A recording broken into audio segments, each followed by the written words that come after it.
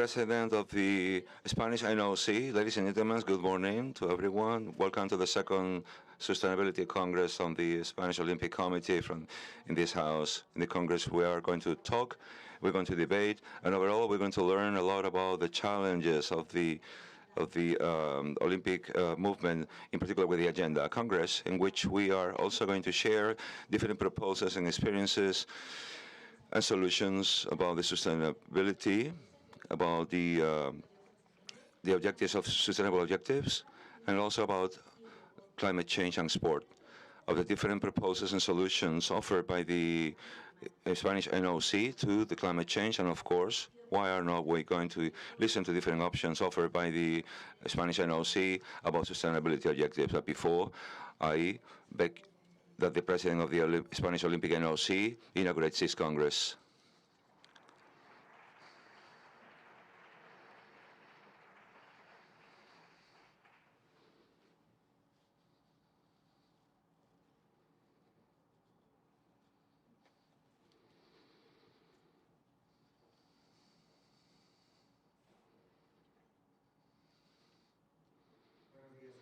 Good morning to all. Dear Daniel, Secretary of the Spanish Federation of Municipalities and Provinces, Jose Ila, President, Mayor of Palma Mallorca, and President of the Agenda 2030, Eduardo, President of the Local Council of, also the Commission of FEMP, which is in this house is very important, dear Felipe, Presidents of Federations,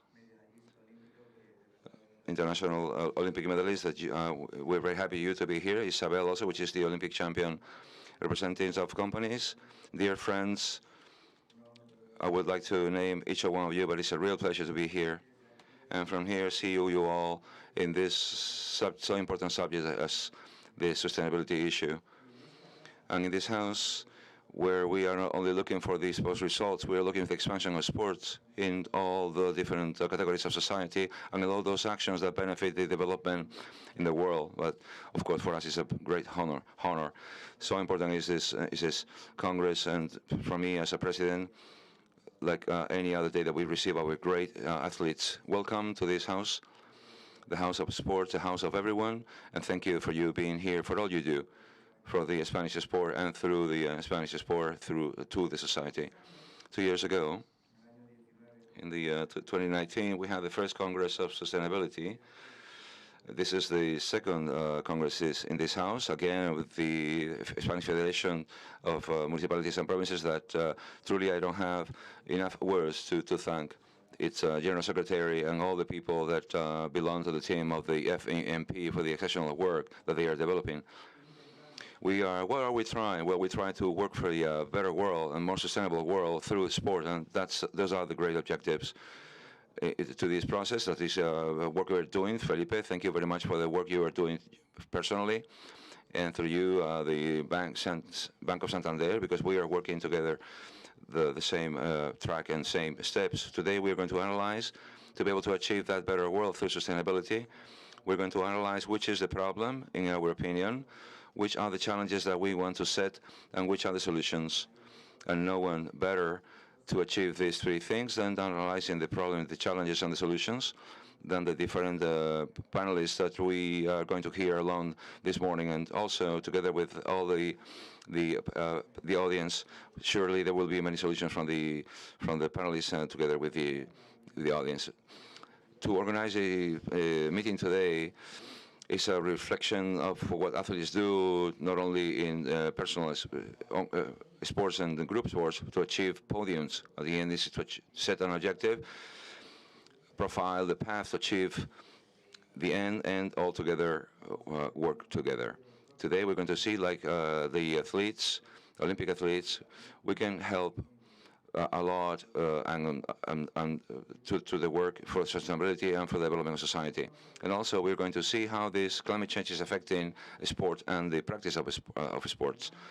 Also, we are going to analyze how we know that sports generates a footprint that jeopardizes the environment. We are part of the problem, of course, but we can also, together with everybody's work and everybody's part, we can be part of the solution. Throughout the last years, the Spanish Olympic NOC has been working with experts in sustainability our Sustainable Commission, the International Olympic Committee, and companies like Clan Fair Play and Bureau Veritas to identify the problems that, I repeat, want to find the solutions.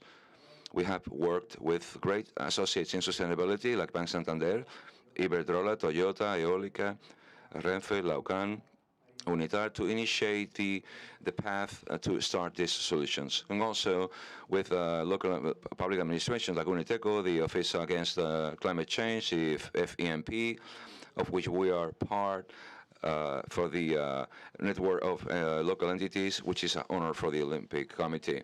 The Olympic family has grown in sustainability year after year. Today we can say proudly, and we say it everywhere we go, that the NOC of Spain is the first Olympic committee in the world. It's being recognized by the International Olympic Committee in suppress plastic bottles of just one use, that we are a member of the Global Compact of the United Nations since 2018, in classifying to 100% all the residues, and also into 2018 to consume 100% of renewable energies.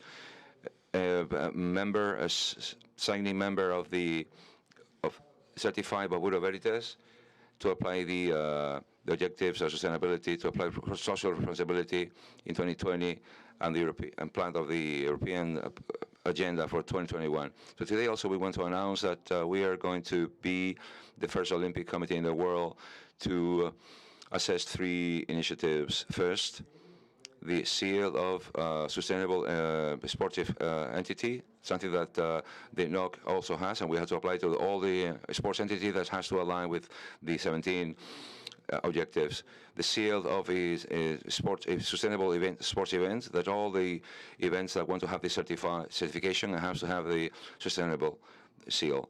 And the third initiative that I am very happy to pronounce, and to the President of the León Council, Carlos Daniel, of the magnificent initiative that is the sports forest, the Spanish sports forest, so that all Spanish sports can compensate, make up for the carbon footprint that we have to reduce. All these initiatives are united by the Banco Santander with all those partners that want to collaborate. It is true that it is important, once we have the problems identified, that but the most important thing is find the solutions. And furthermore, or beyond that, this humble president of the Spanish NOC, this is a very big task. The great panels we have today here are big experts in national and international level, will give their view on how we can improve and how we can altogether advance to face this world challenge, which is to leave a better world for the future generations. The Spanish NOC is working with the important companies and with important people, with important entities that are all aligned with this objective.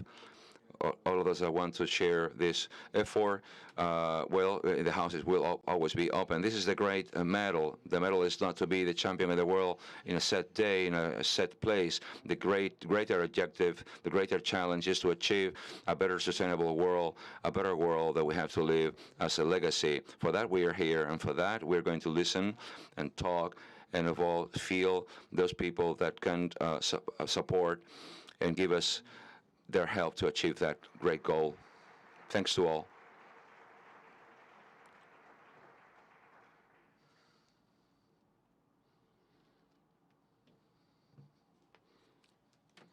Thank you, President.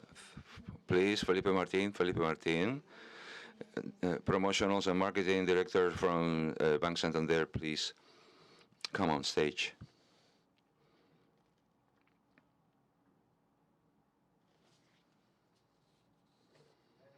Hello.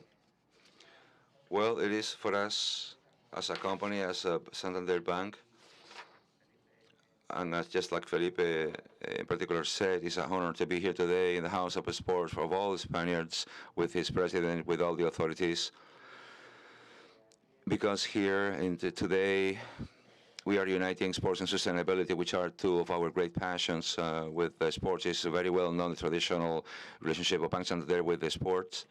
We love to support sport because we believe that it unites, and the values of sports and the daily effort and the work team and planning, and they're looking for the success through those daily factors, and the efforts are applicable to the everyday entrepreneurial life and sustainability, because we don't have any other choice. We, as neither like a company, as a person, the mission of Banco Santander, by which we are going to work every single day, and we turn on our offices, is to help people and companies to prosper.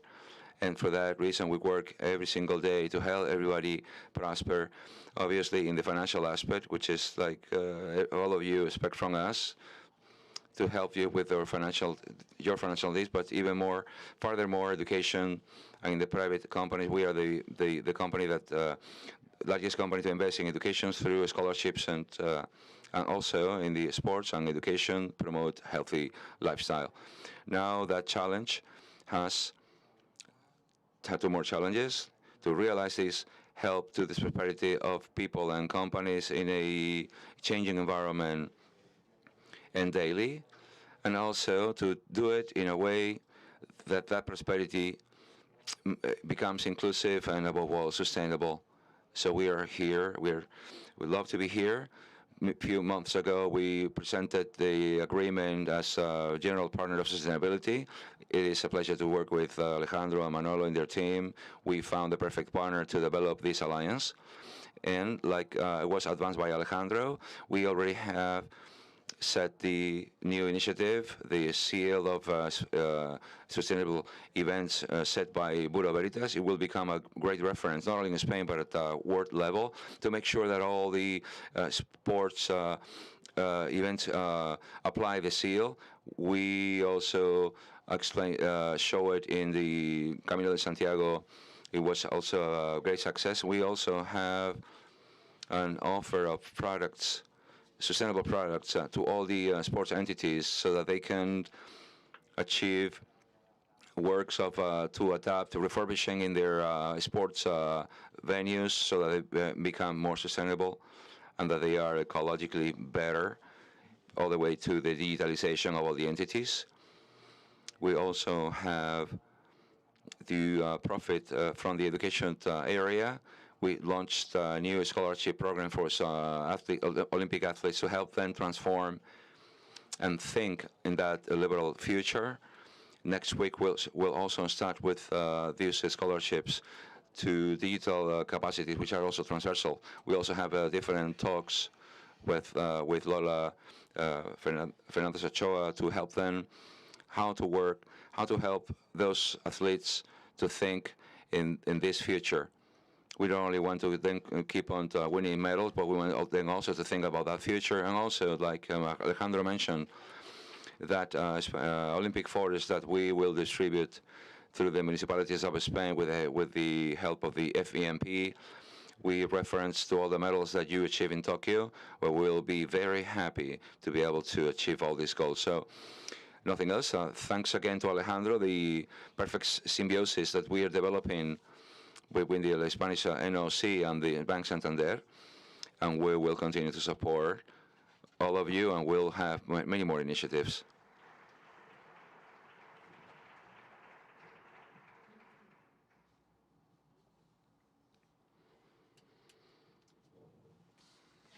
Thank you very much, Mr. Martin. For now, we will start with this debate with the first table. In November 2019, we developed the first Congress. COE was able to gather all the members of interested in federations, international federations and national federations, and Olympic athletes like Gracia Sanchez and Isabel, representative from the private sponsors, companies, mass media, public administrations, and representative from the High Commission of the 2030 Agenda. And we were able to achieve a new vision of how the sports world is acting in sustainability. Even we launched new challenges that became responsible to use less plastic, and of course to achieve the challenge of education. And Sandra, who wants us to have more respect for the environment. So we start now with the first table, climate change and sports, and the panelists are Antonio Rubio, a member of the Sustainable Commission from the Spanish NOC. Please an applause.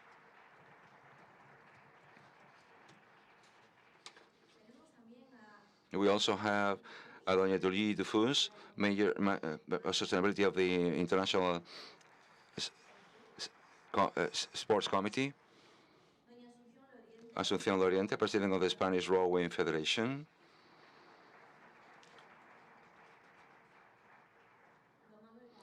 Manuel Parga, Marketing Director and Head of Sustainability of the COE. Jordi Samar, bronze medal in sailing, Olympic Games Tokyo 2020.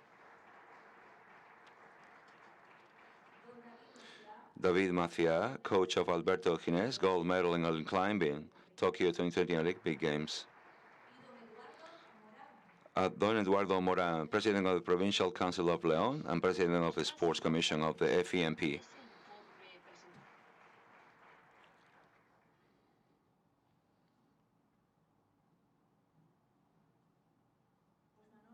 Well, Manolo Parga, all yours. So let's see if I can listen to the audio. Can you hear me? Yes? Well, thank you very much, Estefania, President, authorities, members of the Spanish NOC, and audience. Thank you very much for coming here and participating in this second Congress. And we are going to initiate this first table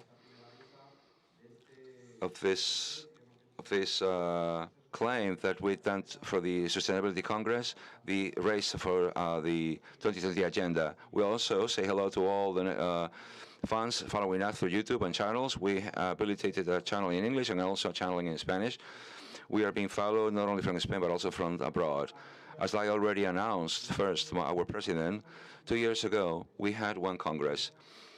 We want to present a little bit the conclusions of that Congress, and we are going to do it through a video. Please, video.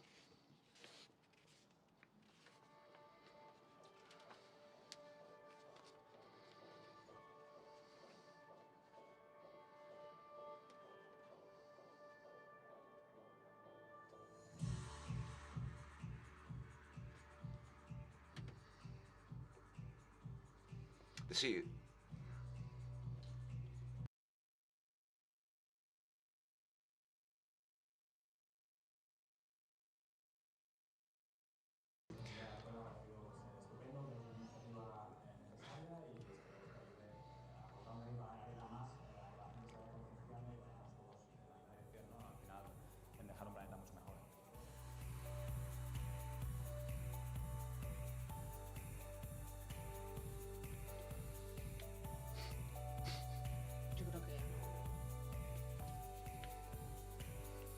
Deportistas se nos exige dar un poquito más cada día, pues a la sociedad hay que exigirle dar un poquito más cada día.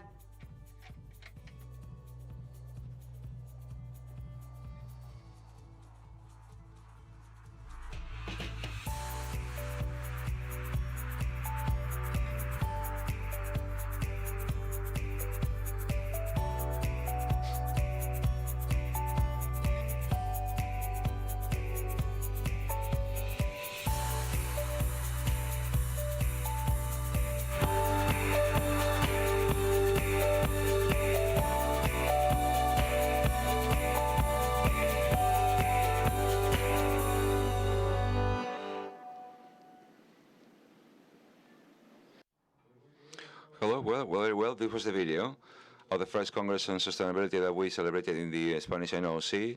If you got the messages from the sports Olympic athletes and the medalists, even the Olympic winner, which was not at the time, but she won the gold medal in Sandra Sanchez. Cavieto said to live a better world, thinking in the new generations, and Sandra also followed. This is everybody's responsibility, and we all have to go. So in this, the claim of this second Congress is the race. Sport is not is not indifferent to the climate change. As our president said, sports is suffering part of climate change, because it is true that climate change is affecting not only the practice of sports in competitions. Think about winter sports, like the most affected, or the aquatic sports, but also the practice of sports practice that every one of us have developed in our cities. We are part of the and generating part of, because the sports also generate climate change and generate a footprint. But we do have to be clear that we have to be part of the solution. That's the reason why in this table we're going to observe the point of view of different actors that participate in this movement, in the Olympic movement. We're going to start the Spanish Olympic Games, presented by Antonio Lucia, which is the member of the Sustainability Commission of the Spanish NOC, the Olympic International Committee, which is through online connection, Julie Dafus from Lausanne, and also Sports Federation, the rowing Spanish Federation, one of the medalist athlete in Tokyo 2020, a member of the Spanish Federation of Mountain Sports and Rock Climbing, and also the coach of the athletes which are going to be in the next Olympic Games, and also has been the trainer, the coach of Antonio Ginés, which was a gold medal, and also vitally the mayor of Campo Naraya, which is the president of the council, and also the president of the Spanish Commission of the Spanish Federation of Municipalities and Provinces. Thank you to you all for being here. We're going to help all the points of view, and we'll identify which is the problem and which should be the solutions. I'm going to start with Antonio Lucio. Antonio, good morning. How are you? Good morning, and I'm thankful to be here, and my salutation to the Olympic Spanish Committee and the other entities. Thank you very much, Antonio. The COP26, I imagine that you follow the news. The COP26 is the 26th edition of the Climate Change Summit. Well, they got together recently in Glasgow. All of the interest groups have seen political leaders, ONGs, and such as society, entrepreneurs, actors, well, many people gathering in Glasgow to talk about climate change and the challenges that the planet has, and the conclusions and compromises that we are going to set forward between all. We have had many news, but Antonio, as an expert in sustainability, and that you follow the COP26, could you evaluate which have been those objectives in this summit, which have been the conclusions, and which are the agreements we arrive? Well, I am not sure to make a personal assessment, maybe later or spontaneously. Yeah, there's something that escapes me, but I will overall make a reference to what is the perspectives or the visions that are being set from those solutions. The typical metaphor of the half-full glass is the COP26. So we can make an idea as the COP third is which had turned in Tokyo in 1997, which out of which the Protocol of Kyoto came out. Protocol of Kyoto, which gave name to which is the mechanism to manage the global agenda in carbon sink agenda.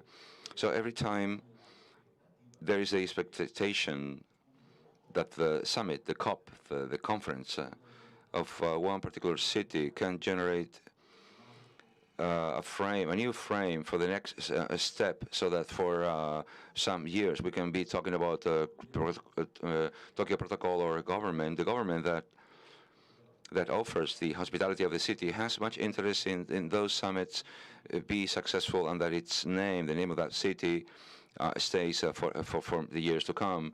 So there are many expectations that are generated. So but we are in a race. You said we are in a race. And when the summit finished, there was a final declaration that had to be approved unanimously. It's a part of the rules of the game. It's a conference of a government from national United Nations that needs to be consensuated. And always, whenever you are frustrated, there are people who feel frustrated. There are people who actually follow them. But the commissary in climate matters, which I believe is a very good indicator, said something like what you said, Manuel, we are in a race. It's not only about how, like the government pretended, Johnson's government pretended to set a final mechanism, which is an exaggeration of talking about a final solution. But it would be an interesting step, and the interesting steps are the advances. First, recognize that we are not doing very well, and therefore we are not be complacent. Where are we going wrong in this? Because there is, in what we have a consensus is that in the year 2100 we'll be in 1.5 and 2 degrees more in respect to the pre-industrial levels. Of course, the ideal would be to be in 1.5 and not achieve 2, because the modeling, scientific modelings contemplate that there is a uncertainty risk and damage of all types. How are we evolving? What are we doing in this race? Well, the governments all have made declarations that all their countries are going to be neutral in terms of neutral carbon sink by 2050. 140 countries, out of which almost 200 that were part of this summit, which is together 90% of the world economy, say that they're going to be carbon sink neutral by 2050. But that is nothing tangible. The only thing tangible is the 2030 plan, which is the first stage of this race. 2030 plans, just as we are right now.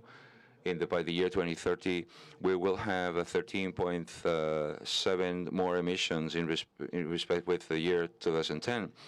And then the final conclusion of this summit is that we have to make an effort, a much better effort, and we concentrated an objective for 2030 in the short term. And they can have many sports metaphors, and the objective is to reduce 45% of the emissions in respect to the year 2010. And in that year to 2030, when the reality is that without actual progression, we would be more than 13.7. So the revision of these national plans, in the short-term national plans that are done every 5 years, and that were supposed to be set by 2025, by 2020 it will be revised. Everybody needs to revise and see how they are. So we know where we are, and we know also where we're going to go. How does it affect sports when all the governments get to reach an agreement? They say that they're going to commit to something. What about the rise of the temperatures from your point of view as an expert and also as a member of the Spanish NOC? How does it affect sports? I think that the sports practice is being affected as anything else, as everything else in life. On our day-to-day life. Of course, it is part of sharing and caring, or, well, there are different factors about it. In my opinion, I feel nearer the first one, but I also feel encouraged by the second one. Both of them are being affected without a selfish point of view. How does it affect me personally? It's not like that. It's not like we're going to plant some trees in Great Britain and climate change is going to be in my favor because they are going to be able to push there. We need to feel identified with all the problems because they're going to affect us all at the end of the day. And sports practice, winter sports are being affected, of course, and also a lot of things. We are focusing on climate change, but in this climate crisis, we are losing also biodiversity, and it is associated with, for example, more vulnerabilities to pandemics, as we have recently seen. At Glasgow, we have had COP26, and in China, they have been holding another climate summit, and it is related to outdoor sports. For example, rowing, canoeing, climbing, cycling. We are talking about air quality, about water quality, and all of it, every single aspect is related to climate change. So it's not only about how sports is going to be affected by it, but it's to go back to this responsibility of the sports universe, and also all of the potential of sports, because we have them all, and I think that there's no other sector in society which has as many possibilities as we do. Well, thank you very much. That's why we are here. 4 years ago, in 2017, we followed the steps of the Sustainability Commission of the NOC of Spain. And we are here in this race, in this internal and external operations. And of course, sports is one of its value and of its values. And we have added this factor on the table. Now we're going to welcome to the stage from Lausanne, Julie Duffers. Can you hear us? Julie, can you hear us? Let's see if we can have the sound. Julie, can you hear us? Good morning.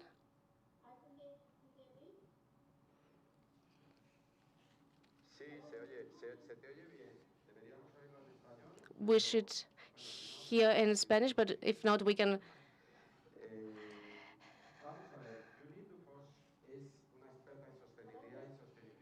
Julie Foss, she's an expert in sustainability and sports. She was in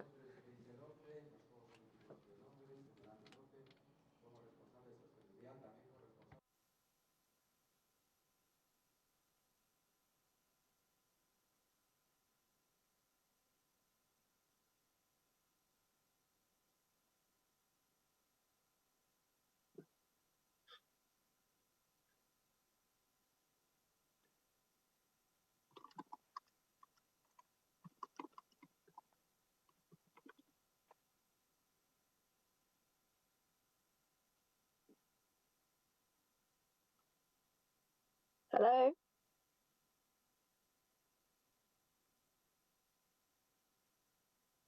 Hello?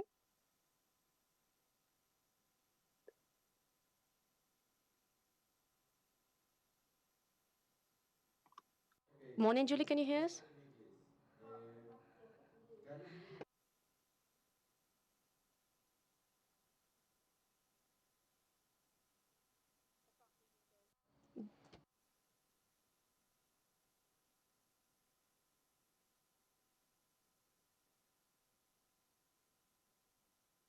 Conclusiones un poco de la COP, su visión. So Antonio Lucio just has been discussing with us the different conclusions about the COP26, and you're an expert also in sustainability. Could you please give us your opinion about the COP26, the different agreements they have reached, and your own impression, your own opinion?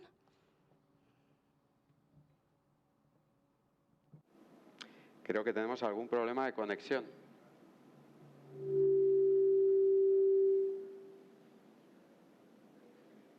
Adelante, Julie.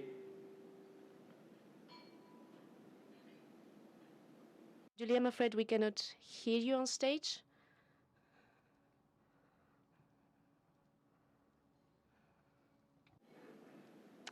Creo que tenemos algún problema de conexión.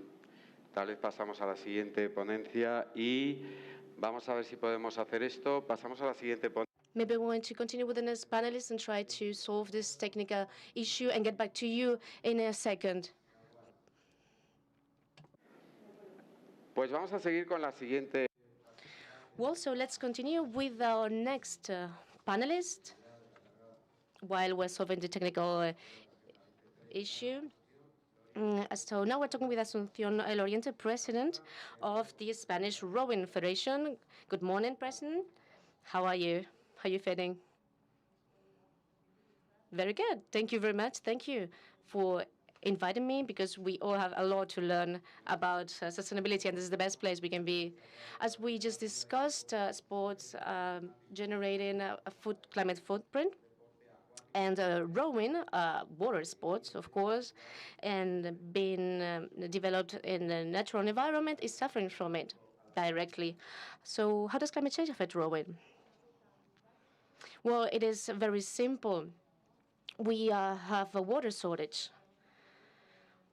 We do not only practice rowing at sea, but also we need inside waters.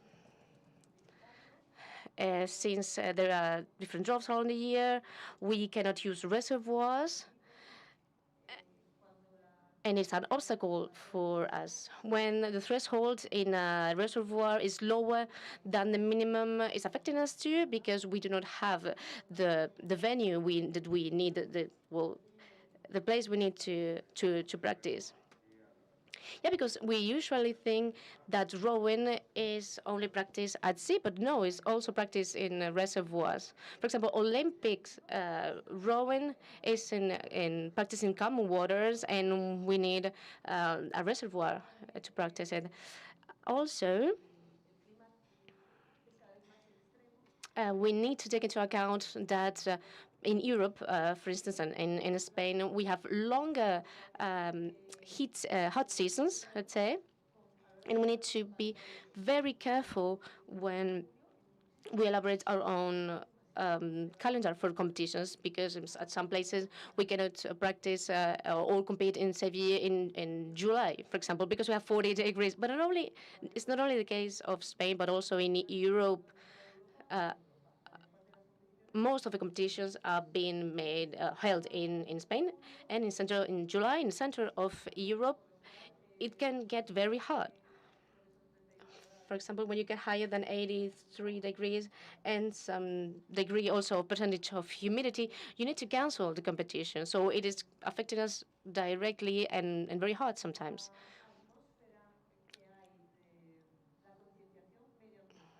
About environmental awareness, due to environmental awareness, sometimes we need to put some engines in a lake, and we cannot because, well, it generates a carbon footprint and it pollutes, so we cannot practice the.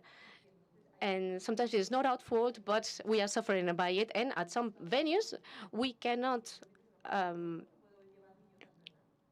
we cannot use motor vehicles, not even electrical engines, because we have a lot to work on it.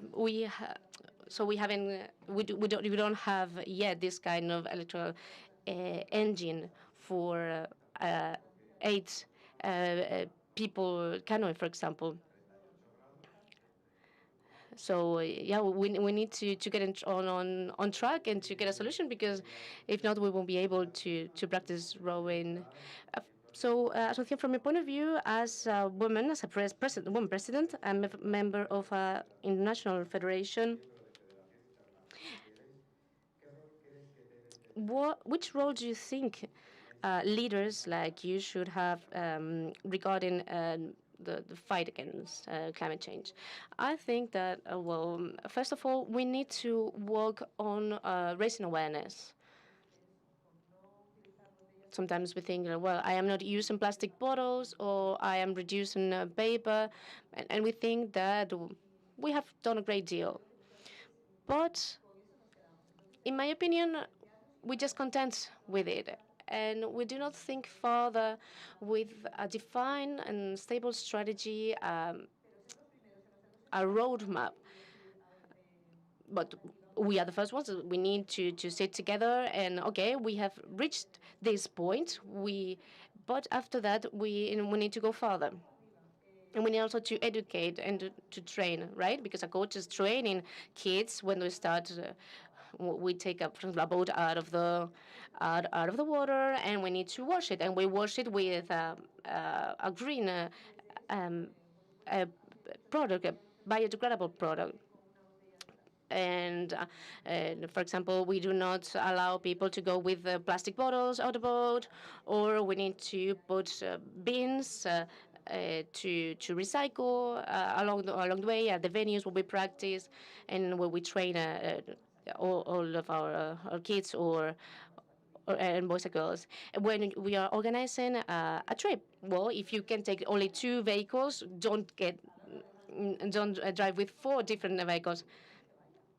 So some people come tell me, for example, well, how do you go there? And I say, well, I will go with someone, because that's sustainability, to share a car, for example, to spend our resources by using the resources the most effective way. Jordi, we have talked about boats, about how to clean the boat. how do you clean your home? Or do you properly clean it? Yes, I I'm very glad about what she said about um, about the washing soaps.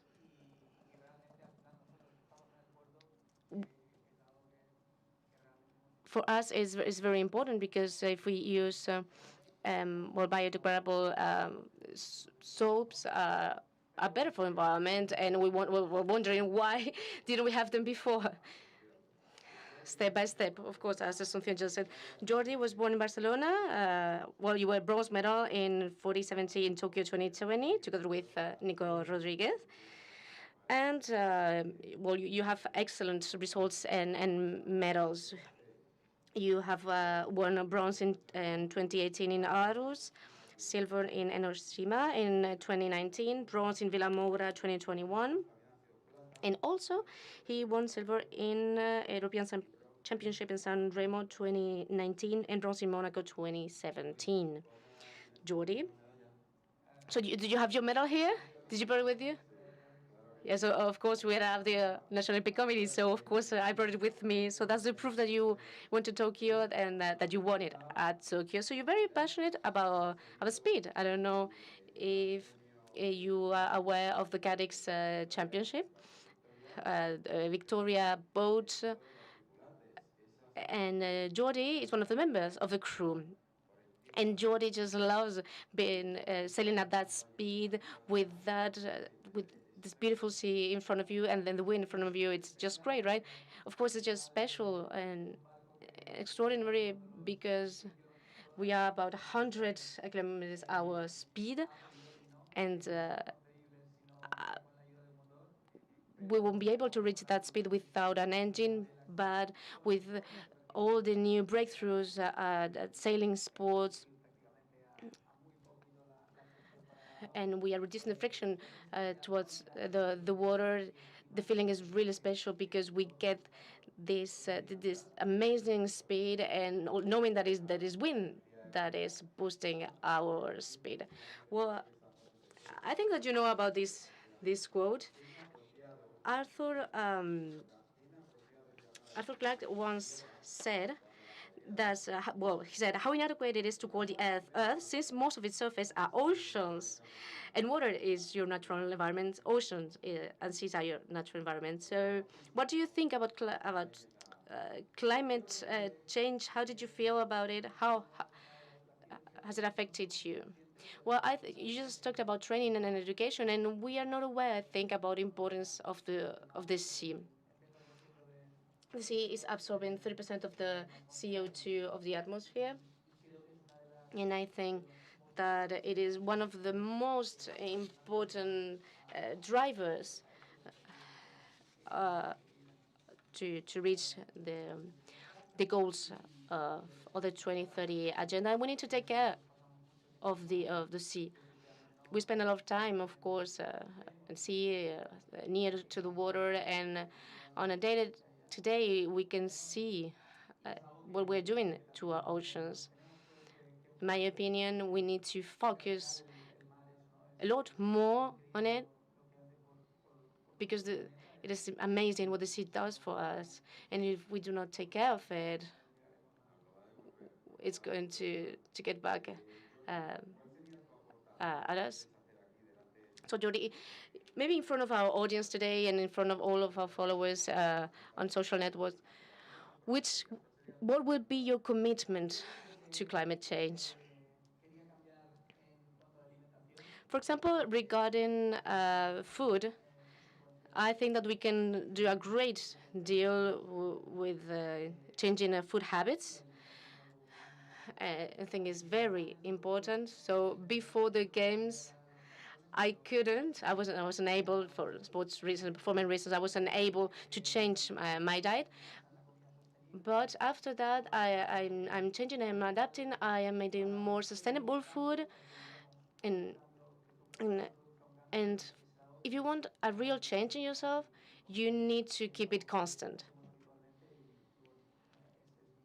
So that is my commitment on one hand, and on the other hand, when we're talking about CLP, these flying boats, they have created another competition, Impact Link, and we have two, the water competitions, and the other competition they have created is measuring our carbon footprint when we commute to the venues, to the competitions and championships.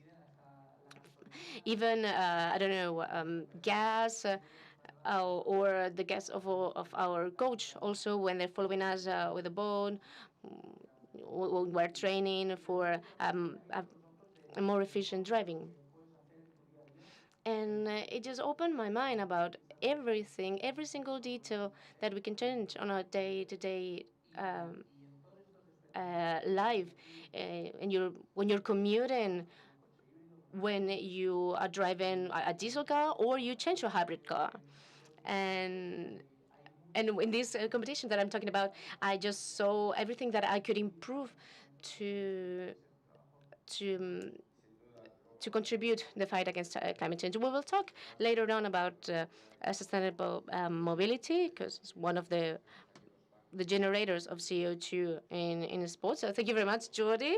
So we will keep in mind your two commitments. So food habits, changing food habits, sustainable food habits, not only green, but also proximity. Because when you are eating something that is coming from the other side of the planet, it generates CO2 footprint. Thank you very much, Jordi. David, how are you? Good morning. So David is a national coach of the Spanish Federation of Mountain and Climate Sports, and he has also he's also been the coach of Alberto Gines, our Olympic champion. So what is Spanish Federation, your federation, does regarding sustainability?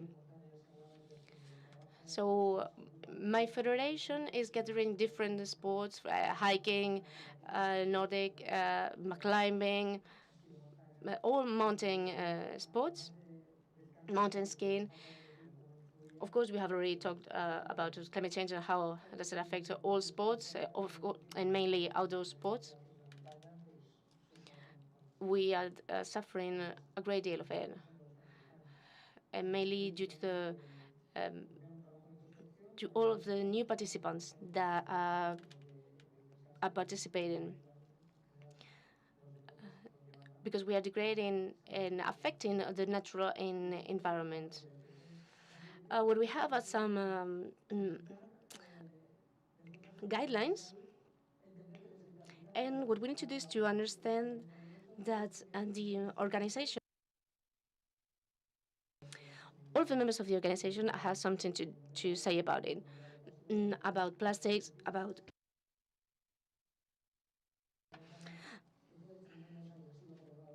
the charge of a mountain that you produce against the mountain from one side of it or the other one, and also how we're going to compensate about the degradation of the lands. You have more than 20 years experience in this field, so how do you think it has changed? Do you know the awareness on sustainability about the old habits, or I don't know, the tourists or the audience that came to see all these events? Have we improved or not? What do you think? Well, I'm a positive person, so I think that we have a good management plan. Everything can be positive. But what is true is that, I don't know, in the last 10 years, climbing sports are very popular. And therefore, parking lots, for example, for climbing venues are changes some regulations. No Serrat, for example, we need to go walking through the tracks because you cannot go by car. We have also had problems with the animals, with the birds, for example, and when they are creating their nests during 6 months of the year, we cannot climb, for example. Of course, biodiversity, it's a key topic also. In the sports, we have a lot to a lot of responsibility towards this topic. So Mayor Eduardo Moran, the President of the Governing Council of Leon, Mayor of Camponaraya, the hometown of our Olympic champion Lidia Valentin, and also President of the Spanish Federation of Municipalities and Provinces. Well, it is an honor, of course, to have a neighbor, Lidia Valentin as a neighbor. I would like, first of all, to thank the National Olympic Committee of Spain for this excellent Congress of Sustainability and this Race for Agenda 2030 agenda. And I also want to thank the Spanish Federation of Municipalities and Provinces to let me help the organization.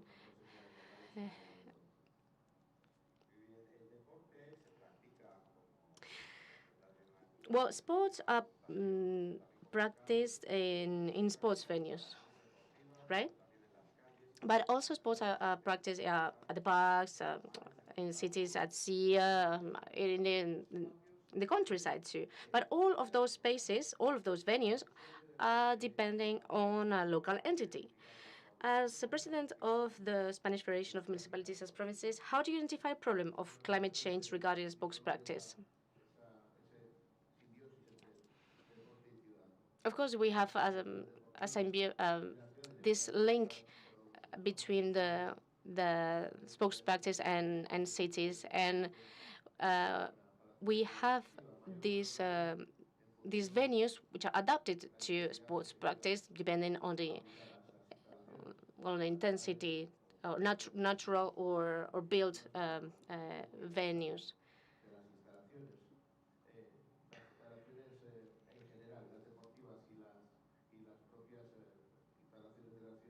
In general, all of the venues of our cities are depending on local entities and on authorities. So we do our very best to give them to the best shape, let's say. And this is our commitment from the town halls of Spain, and we are working together through this. The Spanish Federation of Municipalities and Provinces. We're talking about raising awareness, about training, about education. So how do you assess sports? What is the value that you give sports as a value conveyor and a sustainability as a value? Well, I just need to clarify that my federation is just one of the 27, and we convey and we share our work with the central federation.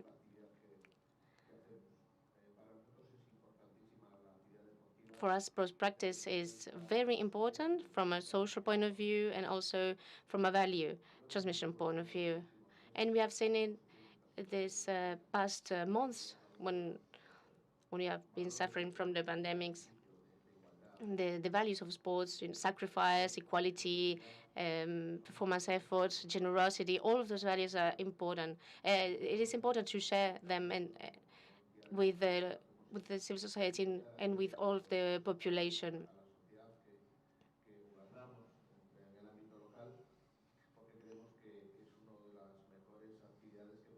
And I think it is one of the best things that we can do in order to improve our citizens' life. For us, sports is not only about competition, but also it's about improving our health and our living together in the cities and in the rural areas too. Of course, sports and sports practice are sustainable for health, for example. If we have a healthy society, they want to spend as much money in the health system. So I think that we can now hear Julie. So let's see. We can see her, but I am not sure whether we can hear her. I'm afraid I cannot hear her. Yes, can you hear me, Julie? Okay, finally. Bueno, creo. I am not sure whether translation we can get the the channel for the translation. I'm not sure. So, Julie, how are you?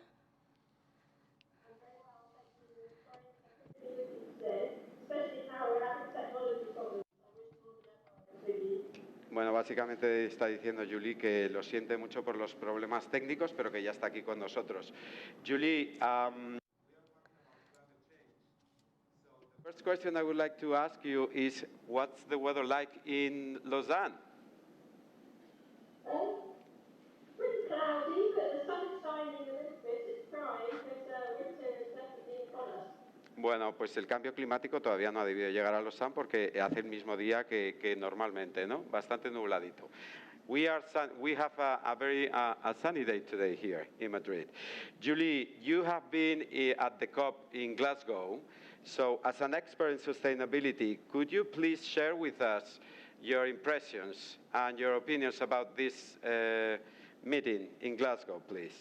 Le estoy preguntando sobre la COP26. ¿Cuáles son sus impresiones? Go ahead. I think from a personal perspective, I felt like it was an important step. There were some issues which were spoken about, such as fossil fuels and coal openly for really one of the first times ever, and I think that was a step forward.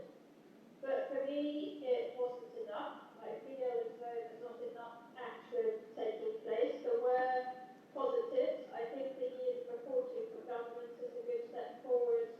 There's, I think it was 120 countries pledged to halt deforestation by 2030. There's a lot more investments going to the developing nations to decarbonise. So there were some positives. But I think for me, it just wasn't enough. And I think the calculations now, if we take all the commitments, will take us to around about 2.4 degrees. And as the President, Prime Minister Municipalities said, 2 degrees is a death sentence. So 2.4 degrees is not acceptable. At 2.4 degrees, even at 2 degrees, whole nations are going to literally disappear. And is that really a world where we want to live in? So, if I imagine the opening ceremony of the Olympic Games, with half the nations not there, what a sad time that would be. So, having said that, I do feel there is hope in the individual people. I saw a lot more hope in the people that I was speaking to on the ground. A lot more innovation is coming through. And personally, from my own perspective, I felt that no longer can we use the excuse, I think, any of us, that the governments need to step up. I think what we need to do is step up ourselves. Every single individual, one of us, and every sport organisation, all of us, and we need to use the important platforms that we have as sport, take responsibility, and all of us take more action and accelerate action throughout the sport world to try and stop this climate catastrophe. Thank you, Julie. No sé si puede salir la traducción, porque yo como traduzca todo lo que ha dicho Julie así de corrido, vamos, me tienes que dar la medalla tuya, porque esto ha sido impresionante. Básicamente, Julie, bueno, yo hablaba antes con ella, estuvo en Glasgow, lo que me comentaba es que es verdad que hay innovaciones, que hay muchas intenciones. Well, of course, the commitment of many entities and bodies on reducing the CO2 emissions and regulating, decreasing climate change. But in her opinion, it is just not enough. We have the three main countries, China, Russia, and the United States. They need to commit more, in her opinion. It is true that Europe and the European Union is really committed with climate change. In the United States, they have changed president recently, and apparently President Biden is more in favor of reducing the climate change and CO2 emission. Can you tell us a little bit about the carbon footprint of the Olympic Games? Le pregunto sobre cuál. So I'm asking about the climate, the carbon footprint on the Olympic Games, which is one of the biggest and greatest event in sports in the world. Doing in order to reduce And also, what is IOC doing in order to reduce carbon footprint? Los Juegos Olímpicos y qué está haciendo el COI para reducir esa huella de carbono. So the carbon footprint for an Olympic Games, I think there's no denying that it is huge. We're talking about roughly 3 million tons of carbon for an Olympic Games and Paralympic Games together. So there is no doubt that as sport, we are causing an impact and we need to address that. For a long time now, the Olympic and Paralympic Games have been carbon neutral, but we felt that that was not good enough. We felt that we had to be pushing the boundaries more and we wanted to be climate positive.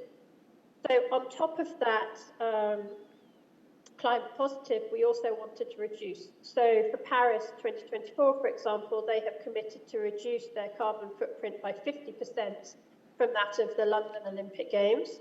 So that is really pushing and setting new standards for an Olympic sport, and that's fantastic to see. There are certainly a lot of challenges in that, especially as some of the innovation is not actually even existing yet. So, but by using something like the platform we have at Olympic Games, we can really drive innovation to get more reduction innovation throughout the sport world. Okay. So that's exciting to see. Okay. Sorry? Okay. Yeah, go ahead. We've also made it a contractual requirement now that all games going forward have to be climate positive, they have to measure and they have to reduce their carbon footprints, and they've all joined the UN Sports for Climate Action Framework.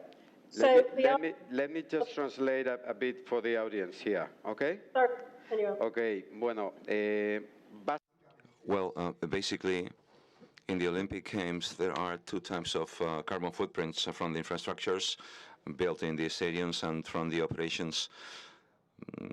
While the Olympic Games are running, Paris 2024 compromise to reduce emissions by 50%, and they will be the first neutral, carbon neutral, neutral Olympic Games.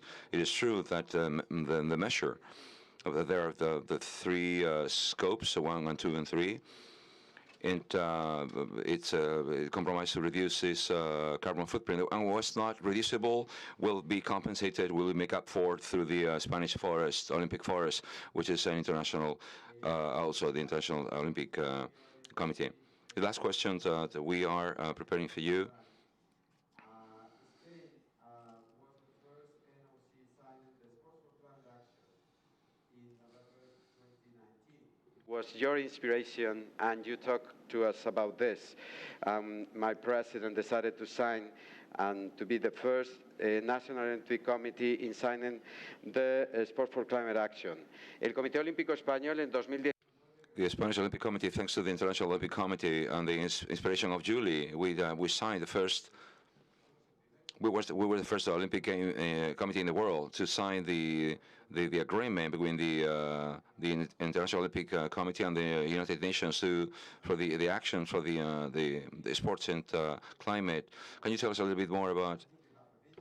On this, about the Sports for Climate Action, because they are listening to us, a lot of NOCs from around the world, sport organizations, etc., etc. So can you tell us a little bit about this, please?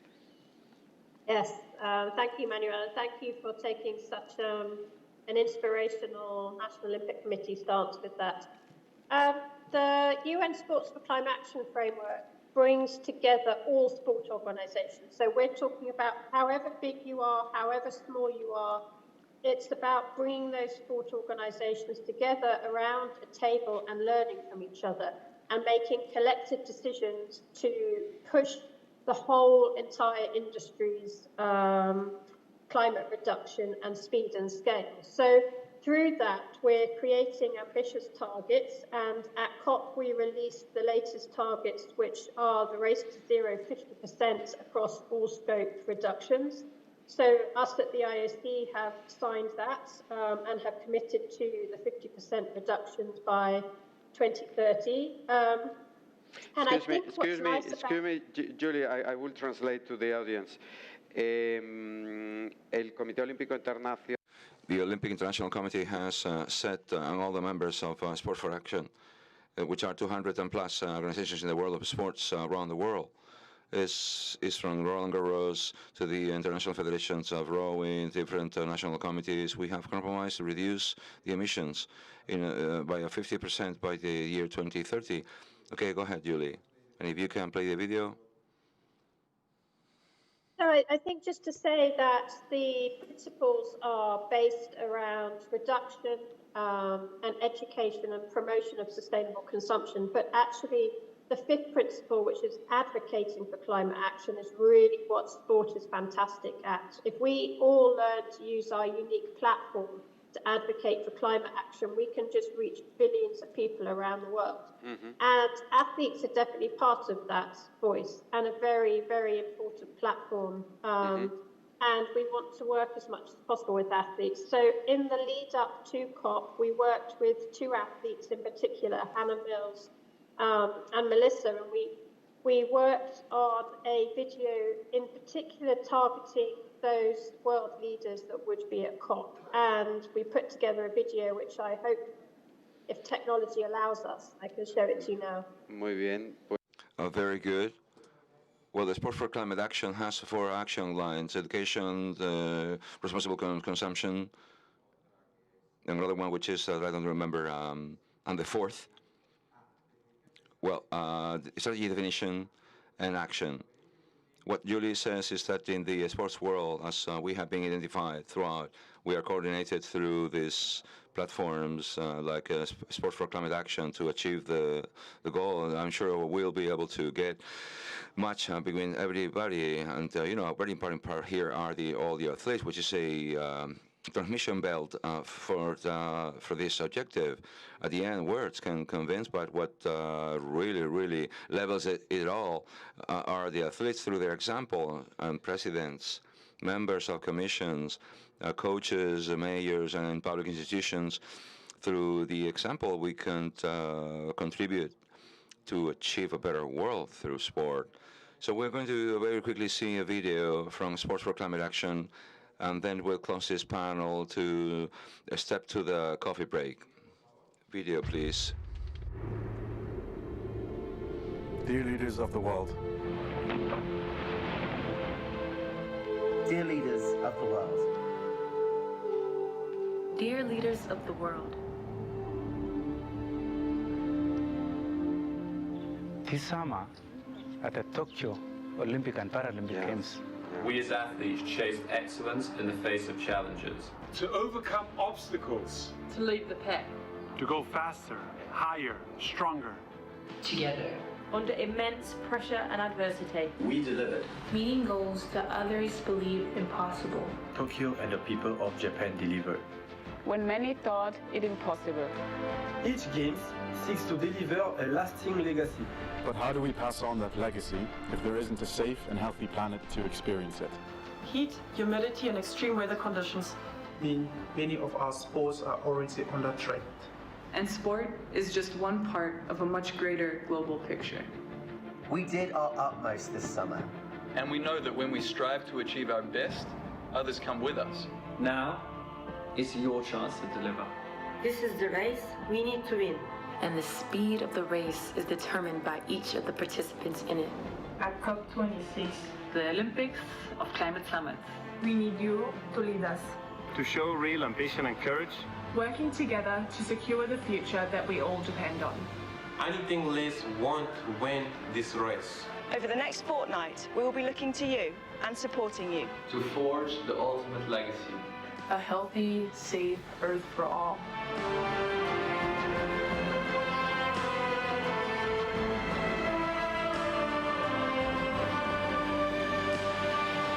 Yours, athletes of the world.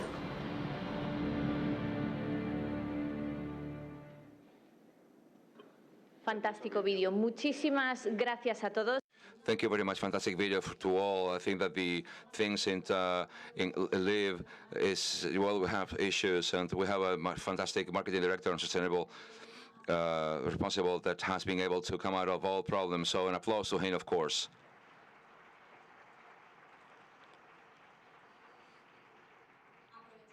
So we take a chance to say hello to all our companions in international, the NOC from Andorra, Russia, Denmark, Norway, Portugal. They are following us live from the international channel of the Spanish Olympic Committee, and from I don't know. So Manolo, everything is all yours. No, thank you to all. We want to leave a gift for your participation.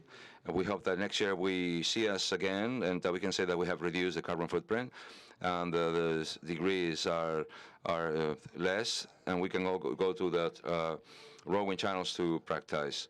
And Julie, thank you very much for being here with us. We always will help us. And we also have, Julie, we have for you a present for you.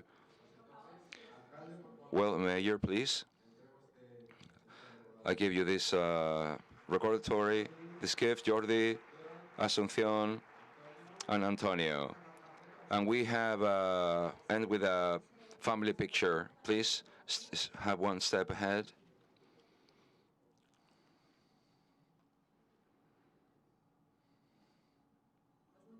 Well, thank you very much to all. We have now a little coffee break, half an hour, and then we'll retake the summit with the second panel. Thank you very much.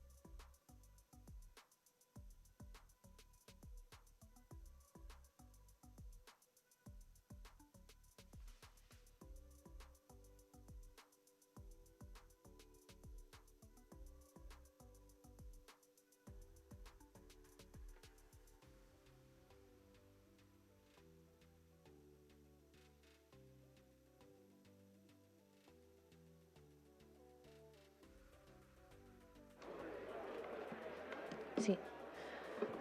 Por favor, ruego vayan tomando asiento porque vamos a comenzar con la próxima mesa en 5 minutos. Okay, thank you. Bye.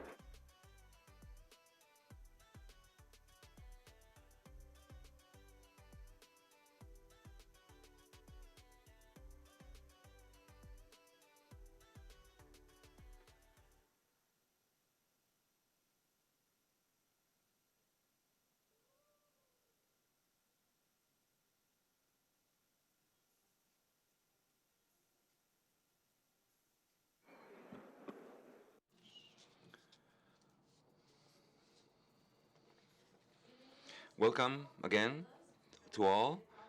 After a little coffee break, sustainable coffee break, as it was well said by what Jordi Sama, which I add myself, I adhere myself to that. We're starting with the second panel in the Congress of Sustainability.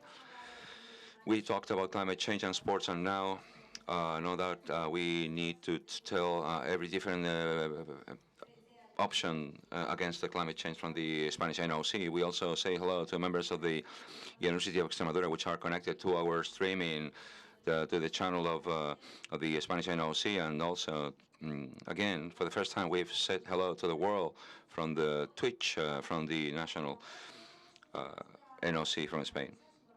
Please come on stage, Felipe Martin, Director of Marketing from Banco Santander. Please, an applause. Beto Agusti, President of Planet Fair Play.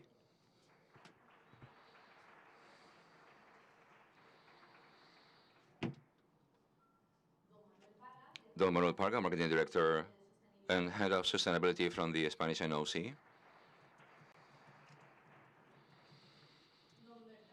Don Bertrand Martin, President of Bureau Veritas.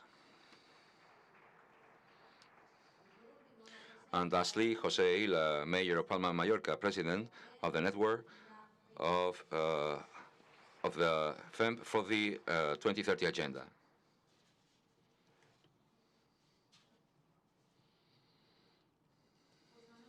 Well, Manolo, please go ahead. Yes, now we can hear you. There you go.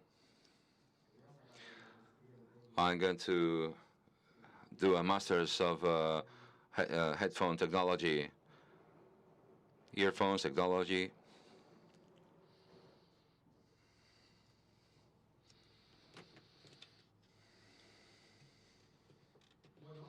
Well, we are going to start this second panel, and please, we want to salute all our colleagues from the NOC from Andorra, Romania, Russia, Denmark, the Norway, Portugal, and ACNUR, the association of all the NOCs from the world, that is, who are following us through our YouTube channel. Well, in this panel, we've seen the previous one, we've seen the problems. Now we would love to come into the solutions. We know which are the challenges, and we also have to solve these challenges.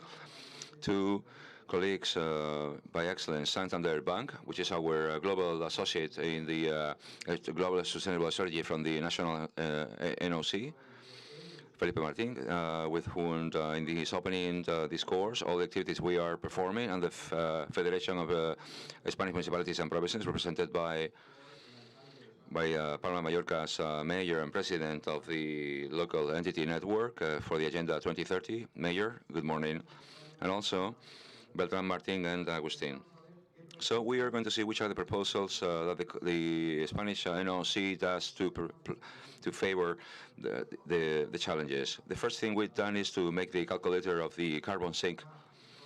To attack a problem, we need to understand what is the problem about and learn which is the carbon footprint we are generating. For that, we work with the Ministry of Ecological Transitions and the Office Against Climate Change to adapt a calculator that they have to the entities of sports entities and the sports events. In the levels 1 to number 3 is basically everything that a sports event can do, from carbon footprint generated by hotel, etc.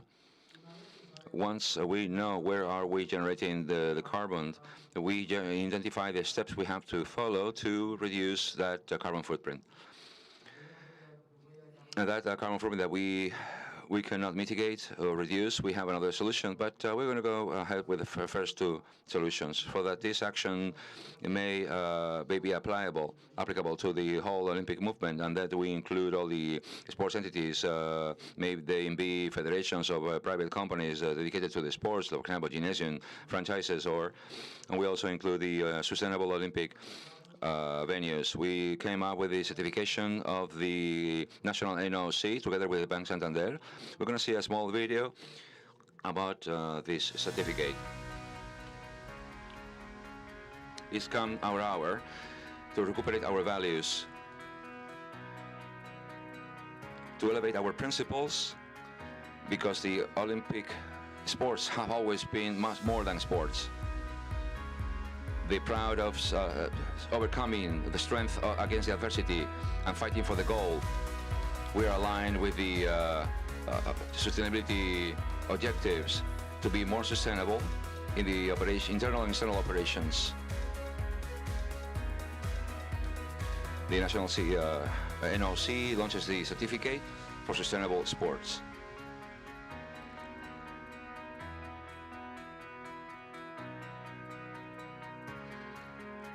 The best score leaves no footprint. With the certification of Bureau Veritas. The certification of Sustainable Sports Institution, so that all entities can apply the objectives, not only to reduce the carbon footprint, but all the objectives for the social and inclusion aspects. So we're going to go beyond, because we are also launching the certificate of the Sustainable Sports Event. We're going to see another video. Society and the planet are asking and demanding a change. A change that allows us to bet for the future, achieve that sport, become more sustainable through all the events, sports events in Spain.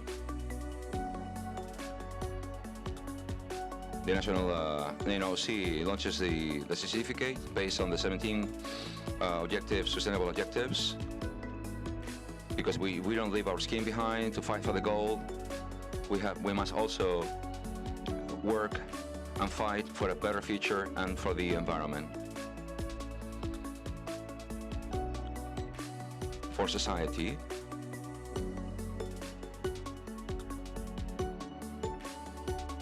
for the future.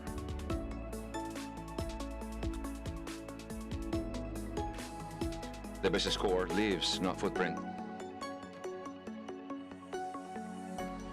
With the certification of Bureau Veritas, these sustainable sports events supported by the national NOC and the Santander, we want a better society, a better environment, and guarantee the future of the new generations. Felipe, as an associate of Global Sustainable Objective, we've seen, you all have seen the president of Banco Santander, Ana Botín, become a leader, very compromised leader with a compromise with sustainability in all these aspects, social, economic, and environmental. Now we are launching together these two new certificates for a better world and a more sustainable world. What is the root of sustainability in the presentation, in the DNA of Banco Santander? Well, it is intrinsically rooted, as you very well know, because of the relationship that we've been having all this month. And how, but you say, the president reiterates many times that Banco Santander is compromised with the present, with the future. As I indicated before, the mission of Banco Santander is always to help people and companies prosper. To that prosperity and that growth, but also growth we know that must be inclusive and above all sustainable and in time. Therefore, you know well that we tend to do things tangible, not just in words, but we also founder associates and signing of the principles of responsible banking. The business objectives are aligned with the 17 objectives from the UN and also with the Paris Accord. And that is made tangible in things like, for example, 100% of the energy using our offices and the headquarters comes from renewable sources. We eliminated all the plastic bottles, just one-use bottle bottles in the offices and the headquarters. We have protocols and policies that assure diversity not only for women and the ample sense to make sure that everybody may have the same opportunities, original opportunities. We are also the largest private company in the world that most invests in training. We have 200,000 scholarships for third cycle studies. We have agreements with all universities in Spain and with in those countries that we have presence, because we firmly believe that education is the foundation and an essential tool for that personal development and that prosperity. And we also have objectives like arrive to 2025 with 10 million people to whom we help in that empowerment, financial empowerment. So these objectives are intrinsically linked with the objectives and with the day-to-day work. We don't only leave it to the words. Yes, of course, not only all the 17 objectives, not only about environment, but inclusion, progress. Banco Santander is a very compromised entity, and of course, it's the first financial entity in Spain, with international name and with presence in many countries. And Ana Botín confirmed that Banco Santander will become an essential actor in the financing of all this ecological transition in the world that's been seen in COP26. Which are the products and services that Banco Santander is offering to ease or facilitate those entities that want to jump that transition, because what key, very essential key is financing. Yes, obviously, we are, in 2020, we've been the financial entity that has invested heavily in renewable projects. We have all kinds of projects. I brought here In case you ask me, I have a little note. This is very well written, but for sports entities is a proposal, but as well for sports entities. We have a series of products for institutions in such a manner that if one federations would like to renew, overhaul some venues, we have some sustainable projects with which they have special conditions. For example, the isolation of the energetic isolation of a pavilion, all the way to change the heating system of a federation, or all sorts of products in mobility, special conditions for hybrid and electric vehicles. Green funds is a range of products, as we said before, within that spirit of mission to give people and companies possibility to prosper. We also need to help companies make that transition, ecological transition, and that sustainable transition just as well, or just as the digital transition for the small and medium companies, to really help them in something really tangible in their day by day. Well, very good. Banco Santander is going to help us all to finance all those transitions that we have to do. I think you brought a video that illustrates the whole strategy, sustainable strategy from Banco Santander, right? We can play that video. Hoy es el Día Mundial Today del is the Medio Day Ambiente. World of the Environment. Un día para It's a agradecer day lo que el planeta to nos regala. thank Earth for what it gives us. Pero en Banco Santander But in Banco Santander, vamos más allá. we go beyond. Santander Spain, the energy that we consume is 100% renewable. 7,567 million euros financing the agriculture sector, 30,000 vehicles of low emissions in renting by 2020. Conscientes de que no hay We are segundas conscious that we oportunidades don't con el have a second planeta, chance with the planet. trabajamos con el fin We are de mejorar working with el the lugar end of donde improving vivimos the place y where we live, contribuir al progreso de las contribute to personas y the las progress empresas. of people and companies. Porque para nosotros el Because Día del for Medio us, Ambiente the son Environment todos los días. Day is every day.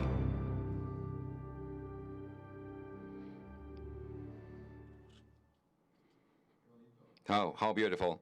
The Day of the Environment is every day. This is constancy, and this is one of the values of sports. Thank you very much, Felipe, Albert, Agustí, Beto. Good morning, how are you? These two certificates we're launching together with Banco Santander, where you have participated in the creation and the ideation. What are they based on? Well, first of all, Manolo, thanks for the President for inviting us to this second Congress Summit in Sustainability. Many things have been said. I will try not to reiterate, but maybe highlight some of them. Methodologically, sustainability is coming from far, obviously from many failures. 2015, United Nations passed the 2030 agenda. That's already a concept so that we can build upon, even though we lost 6 years, unfortunately. But we are still in time. With that on, besides defining sustainability in a more transversal way, which was just basically environment, social and economic, but I believe that one of the conclusions from Glasgow, besides the ones mentioned before, is that in some manner United Nations validates the objectives as a big methodology, the big guide for sustainability for all of us, including implicitly is saying that states have failed around many years in give the definite steps. We translate responsibility down and upwards to entities like you, like Santander, like the Spanish NOC, to the residential, so that in a way that has a deeper meaning. I believe that the raising awareness of phase is already done. We cannot continue that way. I think the pandemic helped us all. Finally, the national NOC is that the example is the best thing. It's the first Olympic committee to certify with Bureau Veritas, with a certification aligned with the general objectives, and that in general creates an international tsunami at the level of institutions, and with that, without compromise of transparency, and public of continuously improving and not coming back, which is very important in sustainability. At the end, we have the great idea of developing together with Santander a concept that we're seeing in the videos. There are 2 certificates for entities and events in such a manner that the national NOC, working together with Bureau Veritas, made a 10th rule guideline of what sustainability should be in sports, and that facilitates and takes us that all the entities linked to sports in this country adhere easily, and that really what it makes something which is for me very important. Also part of the conclusions of Glasgow is that the transparency and the certifications are very important in this process. The famous concept of greenwashing. Many entities and companies do many things, and they talk a lot without having substantiated to these goals. So we slowly and step by step, we need to integrate those 2 concepts. Act now is the motto of the United Nations, and yeah, no doubt about it. So we have to go to the small detail. It's like a guide that facilitates and helps us. If you want to be sustainable and align with the objectives, what do you have to do? These are the rules of the game. But if there are entities and events that are together and follow these guidelines, which is the value transferred to these entities, to these events, the fact of certifying through the national NOC? Well, I think fundamentally is the credibility. The credibility, as I said before, is not only what I said before, that I do many things, that I am sustainable, that but this is a third entity, Bureau Veritas, together with the NOC, certifies and assuring that you are doing things well. And therefore, this is a second effect, which is not lesser.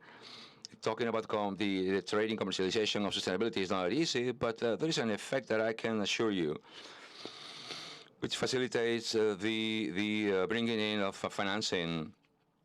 At the end, becoming sustainable is not only helping the planet, but also is giving you a new territory so that brands and sponsors can unite with your adventure, as Santander has been doing since the very beginning, and I am a witness. Since the very minute the national NOC announces that path, now that you bring out the economic dimension, always, every time we think about sustainability, how much does it what's the price? No, it's not costly, it's economic. And that we've done that in the NOC, since Bureau Veritas certified us. We did an exercise. Obviously, there are things which, if you would like to buy a shirt, a super recycled shirt, it's probably more expensive than buying a shirt from an indeterminate source in which labor context that is much cheaper. But there is another series of actions within organizations that apply sustainability criteria. You can obtain new economies. Then we'll talk about sustainable transport. It's much cheaper to bring an electric vehicle from the Santiago's route. It's much easier, much cheaper to do it with electrical than doing it with a diesel. At first, you save the gas, the energetic efficiency. It also generates economy. So at the end, what we have to find are the connecting tissues in these dimensions. These cities, and then we'll talk with the mayor of Palma de Mallorca, that host sports events. If those sports events are sustainable, how can they be linked? What can you come out of that? There is a great opportunity, and I believe there is already examples of cities which are moving around, like Malaga and other big cities. But at the end, it will become a criteria. You're going to have to stop organizing things that do not follow certain guidelines. Furthermore, I believe that cities should demand that the events happening in your sports or cultural events happening in your city, they must adhere to certain guidelines. Exactly. Time is up for the other options. But I believe that voluntary compromise from cities is also very important, and it gives them that credibility that I understand is really healthy for us all. Yeah, no doubt about it. Thank you very much, Beto. Mr. Mayor, Alcalde, Beto, President of the 2030 Agenda Network for entities and sports entities, sustainable and adhering to the objectives, sustainable objectives. Mayor, could you tell us, to all the audience and all of us following us, which is the 2030 network on the local entities? Well, good morning. Thanks to the NOC for inviting me. It was, for me, it was illusion. I want to put in value the work that we town halls do. The network is an instrument that the federations of Spanish municipalities and provinces that puts us all together, from this smallest one to the biggest one, to accelerate the implementations of the 2030 agenda and to help town halls do it. Bigger town halls with more possibilities will help them less, but those which are really little won't be able to achieve it. So that in Spain, mostly we have a small town halls. We need to establish some way of collaboration so that we can help each other and move forward. So the network was built a year ago, and in this year and a half, we are the most accepted network within the FEMP. And I believe so because that's an issue that is interesting and that is serious. The entities, the councils, local governments, who are the closest to the citizens, and we are conscious that the citizens and the companies are telling us about the importance of working for sustainability. So therefore, we have quickly adhered to this network. What is the network offering? Sensibility in the implementation of the Agenda 2030 for local entities, and secondly, it gives training. And because to advance in sustainability, you have to train.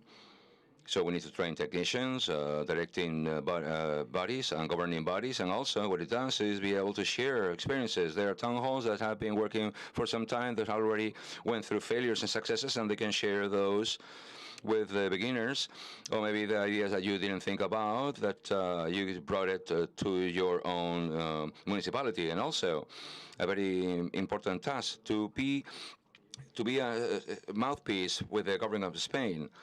So, you know, who living in the territory, without the town halls, the 2030 agenda will not be able to be implemented.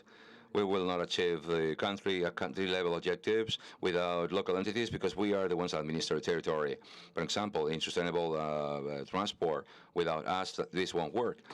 And we want also to vindicate the fact that maybe we are somehow forgotten behind, but really where we are living is in our municipality, and that's where we are doing our life. Well, yes, of course, that's totally true. At the end, municipalities, big and small, reach the citizen. The resident consumes, recycles, generates residues, and moves through, transits through municipalities. Well, Mayor, we have a video. It's a very good video that explains everything you've been talking about, since an image is worth more than 1,000 words. I've seen the video, and I think it's a beautiful video. This video has a lot of things to tell you and not enough time to say them. And although you can watch it again as many times as you want, time will not come back. Let's start. You have probably heard of the Agenda 2030, a UN resolution adopted in 2015 that revolves around 5 major themes: people, the planet, prosperity, peace, and alliances. In other words, saving the world. But in the world to be saved, there are no superheroes, and no wishes that come true at the snap of a finger. The world you have to save, your world, depends on what we do with the 17 goals that the agenda sets out. Los Objetivos de Desarrollo Sostenible, detallados en 169 metas, deben alcanzarse en el año 2030. Llevamos años trabajando desde que se aprobó la agenda. Nos queda poco tiempo para cumplir los objetivos y superar el reto común al que nos enfrentamos. Por eso hay que acelerar ahora. La Agenda 2030 es una escalera que empieza en los gobiernos locales. Solo con la implicación directa de cada una de nuestras entidades locales y de cada ciudadano y ciudadana será posible alcanzar los ODS. ¿Recuerdas el eslogan de Piensa global, actúa local? Pues tenía razón. Para llevar to la bring the Agenda 2030 2030 a agenda todas las to all the entidades local locales de entities in nuestro our país, country, desde la from the Spanish Federation of Municipalities and Provinces, we have launched the most ambitious and transversal project in recent times, la red de the network of entidades local locales entities para la for the Agenda 2030 2030. agenda. A network that advises, involves, empowers, and disseminates the local actions that each municipality carries out so that our world becomes more sustainable. A network that has the support of hundreds of local governments and aims to reach 100% of municipalities, county, provincial, and town bodies, all together committed to the citizens, their environment, and their planet. That's many millions of people, but you are missing. For our societies to be more egalitarian and prosperous, to make our localities more egalitarian and prosperous, green and advanced, and to make the conscience of every inhabitant a part of a collective responsibility, so that the present of our local government builds the present of the year 2030, before it is too late.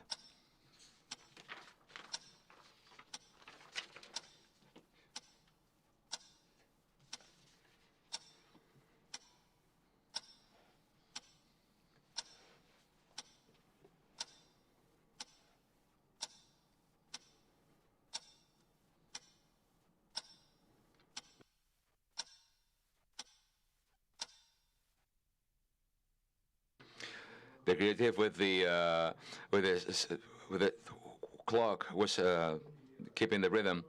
Very good video, Mayor. We at the NOC, we accept the invitation to be observers of the agenda, the 2030 agenda from the local entities. We have two last questions.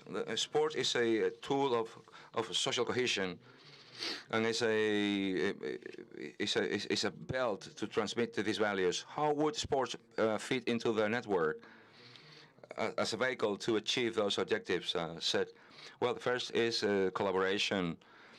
One of the objectives of the 17th is to create alliances, and we are very happy that the NOC adheres to the network as an observing partner, because amongst other things, entities are the ones that manage the sports venues.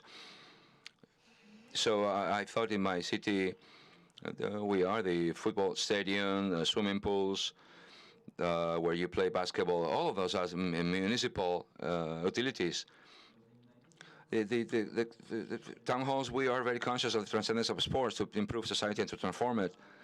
But not only are we talking about environmental sustainability, but we're also talking about social sustainability.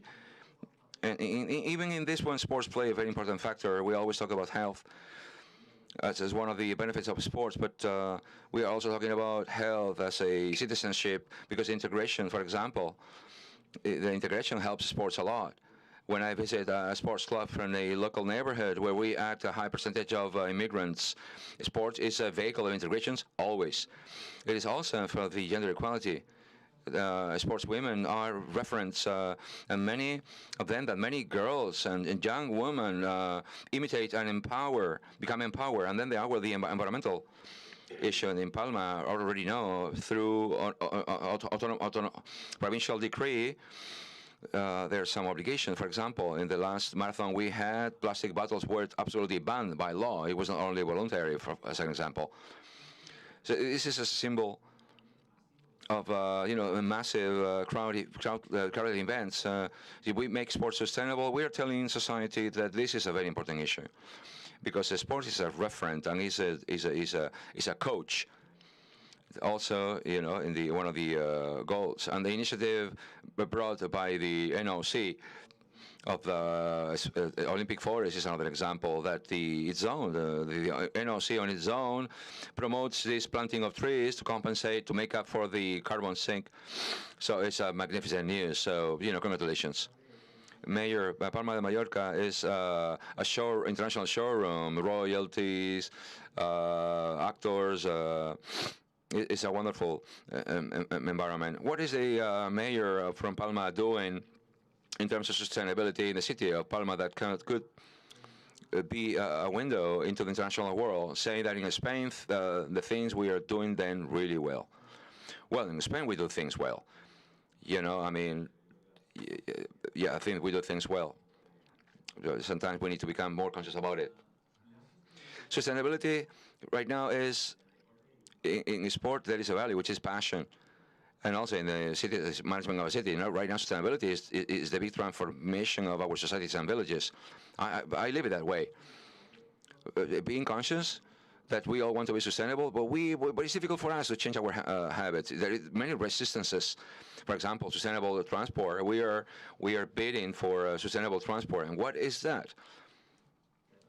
Okay, making the city more walkable, bicycle tracks, low emissions areas, living in diesel on the part of public transport, to expand the bicycle network, implement European funds for the high-capacity transport like tramways and subways. That will be another transformation. Another one that is the interest of the sports is that water treatment, the water cycle. One of the most important base for sea sports and sport events. The Royal Cup is there. We have 2 water treatment systems, and we're going to renew one of them with European funds, and we're going to use new technologies of water cleaning to improve the water in the bay, so that it becomes very efficient, because it consumes a lot of energy. And I believe that's going to be very positive to improve a natural environment as a bay, which is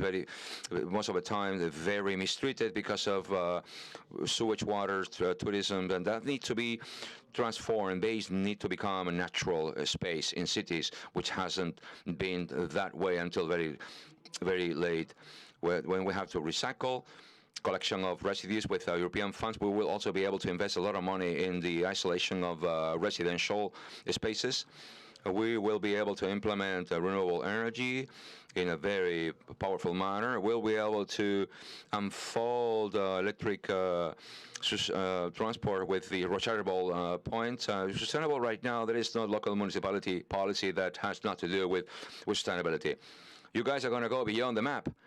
Mallorca is going to be spectacular. Well, it already is. The island, in the island we're very conscious that we have a very limited territory. I understand very much that big is Castilla, but once when it becomes a town, then you build neighborhoods here, and you never get short of territory. But we have a geographical limit, which is the sea, so we have to care for it, and we are very conscious that the balance must be maintained, because at the end, otherwise, it will become a bad thing for economy and for society at large. So it's a space, experimental space, an island it is, so that then we can transfer those new discoveries, new schemes into the mainland, so to adapt to the new laws, new objectives. Well, welcome and congratulations. Beltran, very good morning. President of Bureau Veritas, the Spanish NOC, October 2020, received the certification from Bureau Veritas that we were an entity which management model was an example and aligned with the sustainable objective from the UN. Beltran, which is the reach, the scope of that certification? Can you explain to us? Well, good morning to everyone. You can see I have a little French accent, but it is this way. Now we can tell. Well, it's important because it's an issue of this objective, which is inclusion. So thank you, guys. So I'm very happy to be here, personally, as an ex-rugby player. You've seen rugby now is being played in the Olympic Games. So I hope that in France we can continue winning, and the Spanish team also plays very well. Okay, probably. Okay, first, I would like to remember that this guide in this issue that becomes a policy, a certifiable policy, a registered policy. That is not something that you have simply invented and there you go. No, and you follow. No, it touches upon interesting things. There are 3 areas mentioned before this morning: the environmental, sustainable, and the economic dimension. And after that, there are 17 pillars and many goals. The strength of that, and what it says, my world of certification in the whole world, Bureau Veritas, is in 150 countries, and we say it every time: what you cannot measure cannot be improved. So that what you have decided to follow this policy is very important, because the reach is big and touches upon many a multiplicity of effects. And we are working in many sectors. We have thousands and thousands of clients in all sectors. I'm sorry for the bank, but I believe that my point of view as the president is that the sports sector is the sport that has the most influence, because there are clubs, Olympic athletes. You know, I go on holidays when there are Olympic Games because I see the athletes on television. And for my family, are an example. For that reason, I believe it's fundamental to follow this path. This policy, in the beginning, is not accomplished to accomplish. It will set a path towards an end. And how are we going to follow that? I'm going to say, for example, as you said before, 50% saving, reduction of the carbon sink is important, but you have to measure it, and it's going to be measured. The choice of the Spanish Olympic Committee is a key, and its way of managing. They took a look at the main pillars. We've done with you the entry point, which is the consumption of green electricity. How to change that? What's the plan behind that? We're not going to impose everybody at the same rhythm. You know, for example, a marathon champion, Olympic champion, cannot go to the same time. You know, he needs to go at a different rhythm. But when I do it in 4 hours. But my objective is to improve also. So each one has to do his part. And this choice of the policy, again, which is a registered policy, is going to give much with the I love athletes talking about this engagement, and it's going to reinforce and give fruits to this change, which must come one day and rapidly. So this is like very easy, very similar to a sport. There are rules, there are guidelines, there are referees that say, and then everyone plays however he can. Then one achieve gold, bronze, or gold. Beltran, we've seen in the videos. There is a certification from NOC that has a certification from Bureau Veritas. It's an independent certification. I do not certify. There is an independent entity that certifies. Which is the value transferred by to these entities that apply for the certification? I think it's just vital. So from point of view of an international group such as yours, this certification is giving value to us all, right? Because environmental impact affects everyone. Well, we have a third party which is providing us with some rigor on the measurement and the word of the certification. Our day-to-day work is to verify that all the points of the commitment are being complied. We are impartial, we are transparent, because we can measure it all. We can check on every aspect of the numbers of the NOC of Spain. And we are also objective, of course. I think being objective is just essential in the most important fact of our work. As an example, we are here at the NOC of Spain. Let's imagine that we are organizing a marathon. Each of us have our own watch.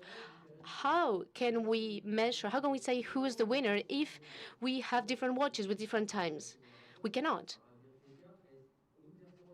We need a third party measuring the time, having a clock for everyone. And this is our work. This is just a metaphor or an example, but this is our work here, being this third party, measuring and controlling and verifying. So you have your work with your team, but we're here to help you set a path.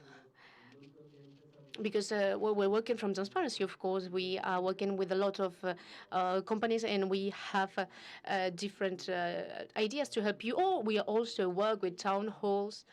We help them verifying all of their commitments and compliance. So it comes from the day-to-day. We have the tools. We have certification of sustainable sports event and entity, in line with the SDGs, with an independent certification, but there's something else we need to do. we want to improve, we are improving, we have a plan, but there are some things that we won't be able to reduce, and that is why we have launched the Spanish Olympic Forest. We'll be launching it together with Banco Santander and the Spanish Federation of Municipalities and Provinces.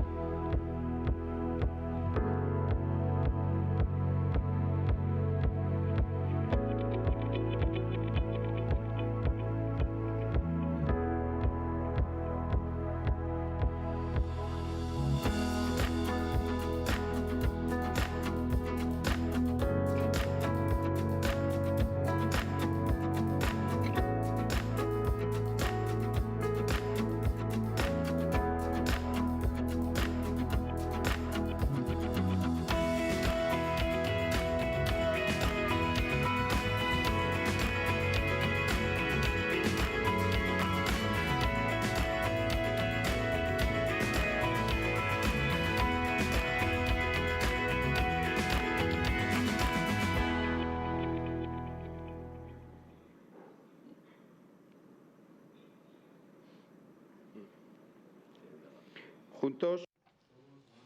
Stronger together. That was the motto of Tokyo 2020. And this is the Spanish Olympic Forest, a forest to be planted in every corner of Spain, in every town halls, dear Mayor, because we want to collaborate and to work together with the town halls and municipalities for all of our citizens to enjoy this Olympic Forest. We have some questions. Stephanie, we have some questions from our audience online. So from the NOC of Denmark, a question for Beto and from our mayor, from Mallorca, for José Ila. So what do you think are the requirements a city should have in order to host an international sports event? Well, as the president of Urberitas, Bertrand just explained, this is not, we're not talking about very concrete goals or objectives, but we are talking about a path. We are immersed into an improvement path. Of course, we will have some obstacles along the way, but I also think that in our cities we're dealing with it. Of course, there will be requirement. For example, we have started with the plastic bottles, banning them, etc. Sustainable mobility, but I think we can have another panel about it. Dear Mayor, we know that Palma de Mallorca is perfectly connected to the world, the harbour, the airport. Which requirements could we demand from a city to be a host of Olympic Games? Of course, to be committed to sustainability. I think that it is measurable. I think it should be interesting to know, well,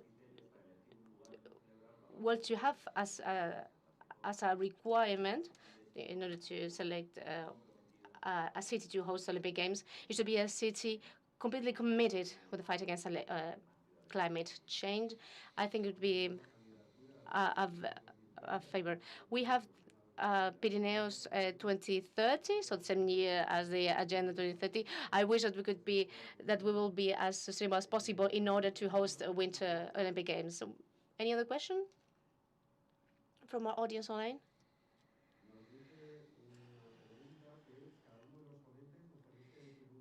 So, each of you are panelists. Which will be your commitment for next year? Your sustainable commitment, for example, Felipe, from your personal point of view or from the point of view of Banco Santander, which will be your sustainable commitment? I think that we are on the same boat here, on the same path. So our commitment here, our desire, is to have these two certifications as an international certification, so to be recognized worldwide, mainly the Certificate of Sustainable Sports Event, as the example of Palma de Mallorca with the sustainable infrastructures and to be able to expand all these requirements to our small municipalities to help them being sustainable, and as the President of Libertas just said, to help them comply with the different requirements. And well, if they have this certification, they just should be sure that there will be an apt city for hosting an event. Some days ago, we were discussing, the female marathon here in Madrid with this certificate. So I think that both our commitments are the same, and it is for next year to have many more events with the certificate. And so it could be a benchmark for all of other events and competitions. So, well, let's hope so. Let's see for next year. So it should also be my commitment to have 100 events with certification. Well, this certification can be applied to also a small town race. And also to the biggest competition ever, a worldwide Olympic Games. Bertrand, for example, which will be your commitment for next year? Well, my commitment, my challenge, my personal challenge is, well, of course, it's, okay, our games against Spain, the Spanish team, of course, but we have the commitment with the Spanish NOC and the sports sector. I would like for the other sectors to walk the same path as we are walking as a financial sector we've discussed about with Banco Santander. In some of them, they are not aware or completely aware of this integration. We're talking about SDGs, and we're talking about social commitment, because for some sectors, they will lose employment, for example. I agree with you, because we are adding a value with the certification. It is not a cost, an added cost. It is an added value to the city, to the municipality, to the country, reducing the impact for our children. I think it is vital to have more inclusion too. I think that my commitment, my challenge is to add new sectors to this race, to this path. And our example is a very good one, and I hope that it will also be very illustrative for many.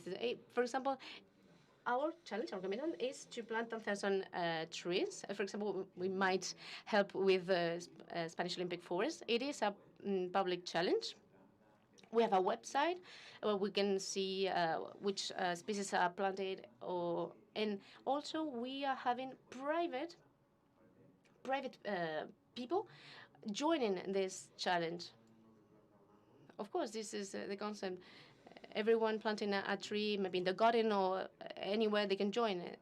So this is one of the things that you should do in your life. You need to plant a tree. I was in a school the other day, and the children were planting trees. So that is happiness. Planting a tree, and when you are walking through the area, you can see that tree grow, and you say, well, I planted that tree. That is just wonderful. Yeah. I don't know if we have questions here from our audience in the auditorium. I don't think so. Well, so I think we can end this panel. Thank you very much. Thank you all.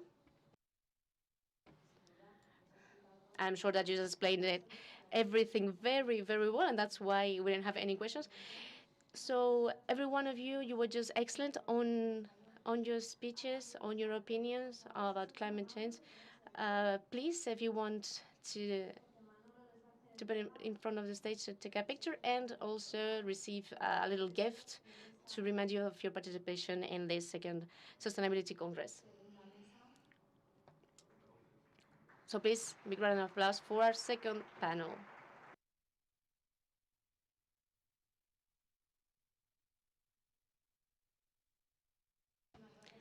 Thank you very much. Manolo, you should stay on stage, since we are starting our third panel on our second Sustainability Congress of the Spanish NOC. In this third panel, we are going to discuss and to learn about the different sustainability programs of the NOC of Spain. We have Gregorio Álvarez, Iberica Renewables Group President.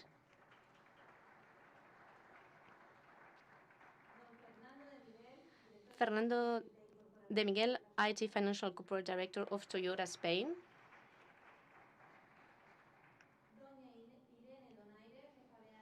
Irene Donaire, Head of Management and Power Efficiency at Renfe.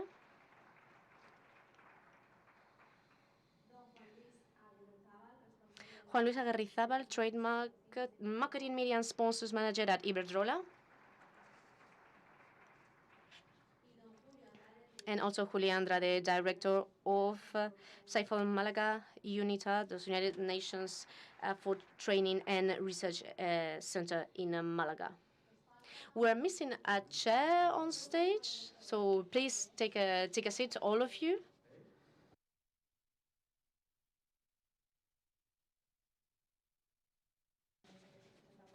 So of course this is a very interesting panel, as well as both of them that we just enjoyed. We are having some of the partners of the Spanish NOC. As you can see at the Spanish NOC, we can do a lot of things. We translate, we change chairs, we are also technicians, some technicians. Excellent, so the floor is yours.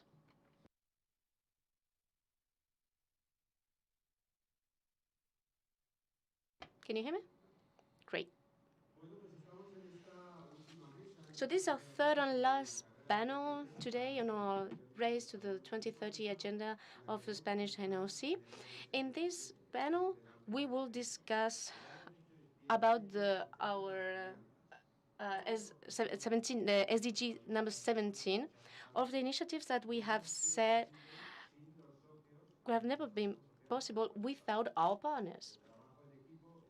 Teamwork is one of the most important values at sports, and we have worked together, therefore, creating alliances with different public administrations, companies, and enterprises in order to make it possible.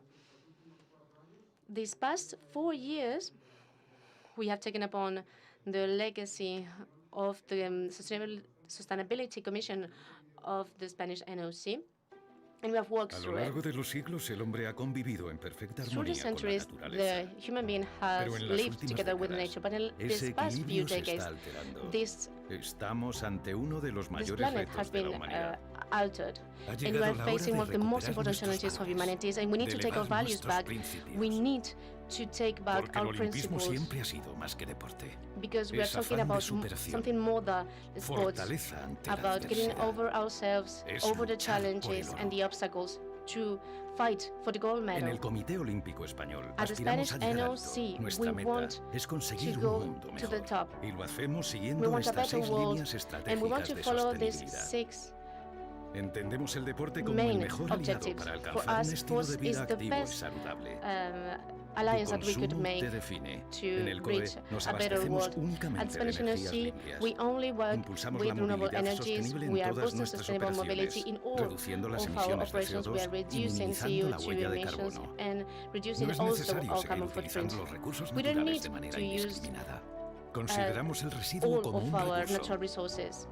Creemos en la Our transformación residues are digital also como el resources. paso We believe in lógico digital hacia un modelo transformation as sostenible. a Hacer logical más y pace mejor con menos and recursos. step to a better Usamos el and deporte healthier como world. herramienta de Sports empoderamiento para is an todas las empowering mujeres tool y for all niñas. of our women Es una cuestión de fair and play. girls.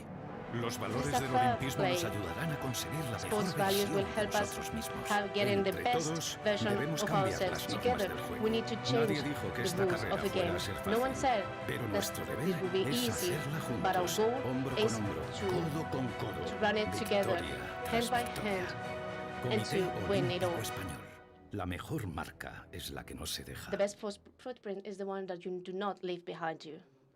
Of course, we are sustainable sport, and our duty is to run this race together, and that is why we have worked towards all these alliances. And of course, for the seventh SDG, sustainable energies, we have today the president of Ibérica Renovables Group. Since the year 2018, we are working with you in a most efficient power management model from the economic point of view and also carbon footprint point of view. Good morning. How are you? Very well. Thank you very much. Thank you for inviting me today to this second Sustainability Congress. Maybe, I don't think we can hear you properly. Yes, that's right.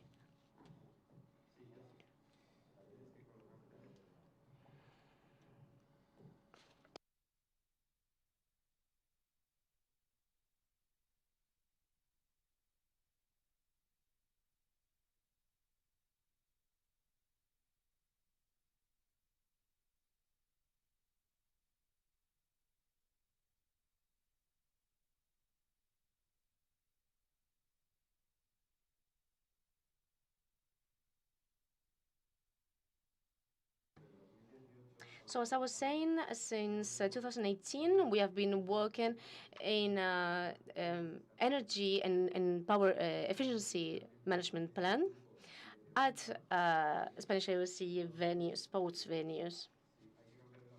Maybe we need to change your mic. No problem. We will jump to the next topic. Today we're talking about mobility now, and then I will come back with you, Gregorio. So we're talking about sports venues. We have discussed in our previous panel about the examples in Palma de Mallorca. Mobility is where we are generating the biggest carbon footprint. We have Toyota and Renfe with us, two of our mobility partners. Fernando, good morning. How are you? So Toyota is a partner of the International Olympic Committee since 2015, and since 2017, and I want to say here, before all of you, they were the first partners, our first partners. They were the first with whom we reached an agreement for our new sustainability strategy. So from that moment, we started working on a hybrid vehicles fleet. Then we worked in Tarragona 2018. They have been also sponsors and partners with sustainable mobility in different sports events in Spain at national level and also international level and world level. We have worked a long way together now, but the most important is that Toyota has been a partner sponsoring sustainable mobility at Tokyo 2020. So, Fernando, what can you tell us about it? Well, thank you very much. And I think it's very important to talk about concrete actions. For example, in Tokyo 2020, Toyota showed their commitment with sustainable mobility. We had more than 4,000 vehicles, and 90% of them had electrical technology. From that number, we had 500 hydrogen vehicles and 100 buses. At Toyota, we are working with a technology that is very important and effective. If we make a comparison with the car fleets that were used in the previous Olympic Games, we improved the emissions to the atmosphere in 50%, so 100 grams for every 100 kilometers. Maybe you are not very aware of all these details, but at the European Union, we are having a threshold, and it's 95 grams, and at Tokyo, we were able to reach only 80 grams, so that you can understand the efforts that we made, and we are really, really pleased. So 80 to 95 is great figures. And of course, because thanks to Toyota, we could make this sustainable route of Saint-Jacques. So the bid to new technologies and for sustainability is in the DNA of Toyota. I think that we have a video that maybe we can see to have a clear look at it. Toyota no es solo uno de los mayores fabricantes de automóviles del mundo, sino el referente a nivel de movilidad sostenible. Hoy en día, la compañía es líder mundial en modelos electrificados, con más de 15 millones de automóviles híbridos eléctricos vendidos en todo el mundo y más de 300.000 unidades en España. La hoja de ruta de la electrificación de Toyota, con la vista puesta en una sociedad sin emisiones de CO2 en 2030, arrancó hace más de 25 años con el nacimiento de la tecnología híbrida eléctrica.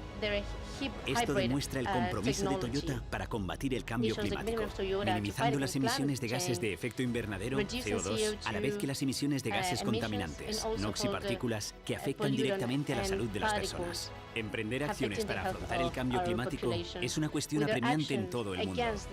Por eso, Toyota ha dado un paso más, situando las tecnologías en torno al hidrógeno en primer plano y tratando de convertirlo en la fuente de energía principal de la sociedad del mañana. Una sociedad futura en la que no solo no habrá emisiones, sino que garantizará la movilidad para todos como eje. Una movilidad que va más allá de los automóviles y que tiene que ver con superar retos y hacer realidad los sueños.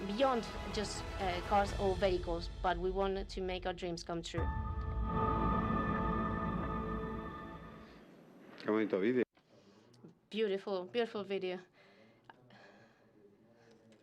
So this year we will have 19,000 vehicles, and big part of it in Spain. We are working a lot in power efficiency, so we need to join them both.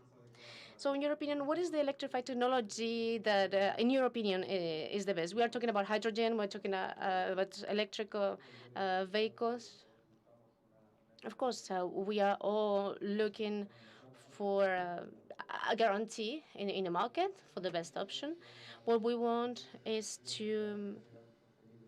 we're working for the democratization of these technologies. For example, this year in Spain, our goal will be at 70,000 vehicles, and with a big part of them being hybrid or electric. We want this democratization to be real.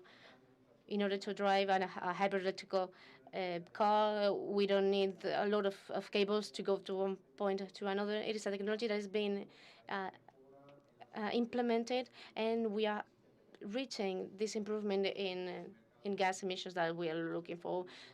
This morning, just to have some numbers, but in November we are leaders in new cars. So the market is receiving this message, and the market is understanding that it is one of the options that they need to have. And also with the stickers, with the certifications to get into the center of Madrid, of Barcelona. What about the future? Not in 2100, but a shorter term. What will be the technology that we will be using? Well, we are aware that technologies evolve, and we want a multi-technology scenario. We think that each of the technologies will have their own space, mainly for example, purely electric vehicles will mainly work in the cities, and hybrid technologies will be interurban, and hydrogen, we think that will be a very important technology in the future, and it will make it possible for intensive use vehicles, such as buses in the cities, can have real uses of the technology, and to make it real here in Spain, of course. Amazing hydrogen vehicles. So hydrogen, how do we get hydrogen? Do we manufacture it? Well, maybe I think that's to my left. A colleague can elaborate on it better than me. We have, for example, in Spain, renewable energies. We have sun, we have the wind, we have renewable energies that can create green hydrogen, and maybe Spain could take a great advantage of this potential. So let's see if we can make it. So Gregorio, power efficiency. We are talking about hydrogen, about power efficiency. I don't think that my mic is working. Here we go. Yes, finally. Now we can hear you perfectly. Hi, tell us, what is the Hyper-Eolica group? For those of us who don't know, so they can start. Hyper-Eolica group is that promotes construction, renewable source energy, solar, hydraulic, and now we have beginning with hydrogen. It's a group that began in the year 96, and we already have 25 years, so we have only dedicated to the generation of energy, of electric energy from renewable sources. This is so important right now to the decarbonization, to the carbon saying, talking about hydrogen, it will be fundamental. Produced with renewable sources to decarbonize, and above all, in these moments where energy is so expensive, it's very important. Renewable energies are more important because they are the only source that can cheapen the energy cost of energy. And another most important thing, the dependency, the energetic dependency. Yeah, this is a key subject, not like we are doing right now. For instance, we are cut from Russia, or cut from Algeria. We need to run a lot because we might see things that we wouldn't want. But what we see right now, why is energy expensive? Because we're using fossil fuels. They are expensive, and in the hands of very a small group of people that can change the world in 2 days. It's curious. In Spain, we have very little autonomy in terms of gas. One of these winters, we can't be left behind, collapsed, and trouble the economy. What things are these? Talking about energy and hydrogen in the Spanish NOC, but energy for us is fundamental. The sports events consume much energy, and without energy, there is no television. For us, the diffusion of images is key. So whenever you have energy cheaper, call us, please. So the time that you talked about hyper-eolic sustainability, how that comes along? Why have you set that forward? You also have a video about that, right? Yeah, I have a video we can watch about it. Talking about sustainability, I'm very proud that we've done with you. We'll be able to achieve the provisioning of green energy, and also and keep on working here so that you become self-sufficient. And well, sustainability is the DNA of our company. Yeah, it is from many other Spanish companies that we are already exporting technology, believing in what we do since the very early times. And now it's easier to talk about renewable energies. But I remember 20 years ago, the university I used to talk about, and that I was left under.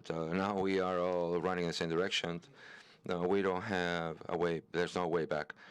Renewables are here to provide energy, and we need to work hard in its manageability. And hydrogen will be fundamental to decarbonize the world. There is no other way.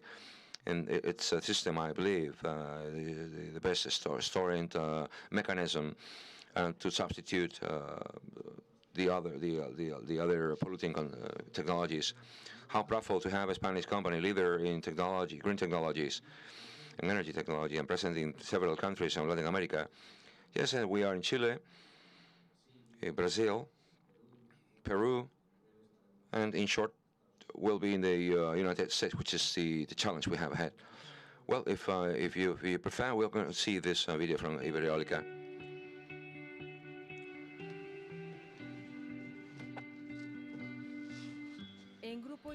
In Group Hyper-Eolica Renewables, we've been more than 25 years impacting positively the environment,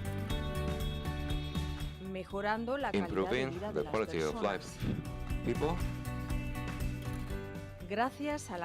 thanks to the building and exploitation of renewable energy generation, through alliances that help us reach higher and farther. Since 2018, as associates of the Spanish NOC in renewable energies and efficiency, we are making real our vocation with society and the planet. Because the great challenges require from us all.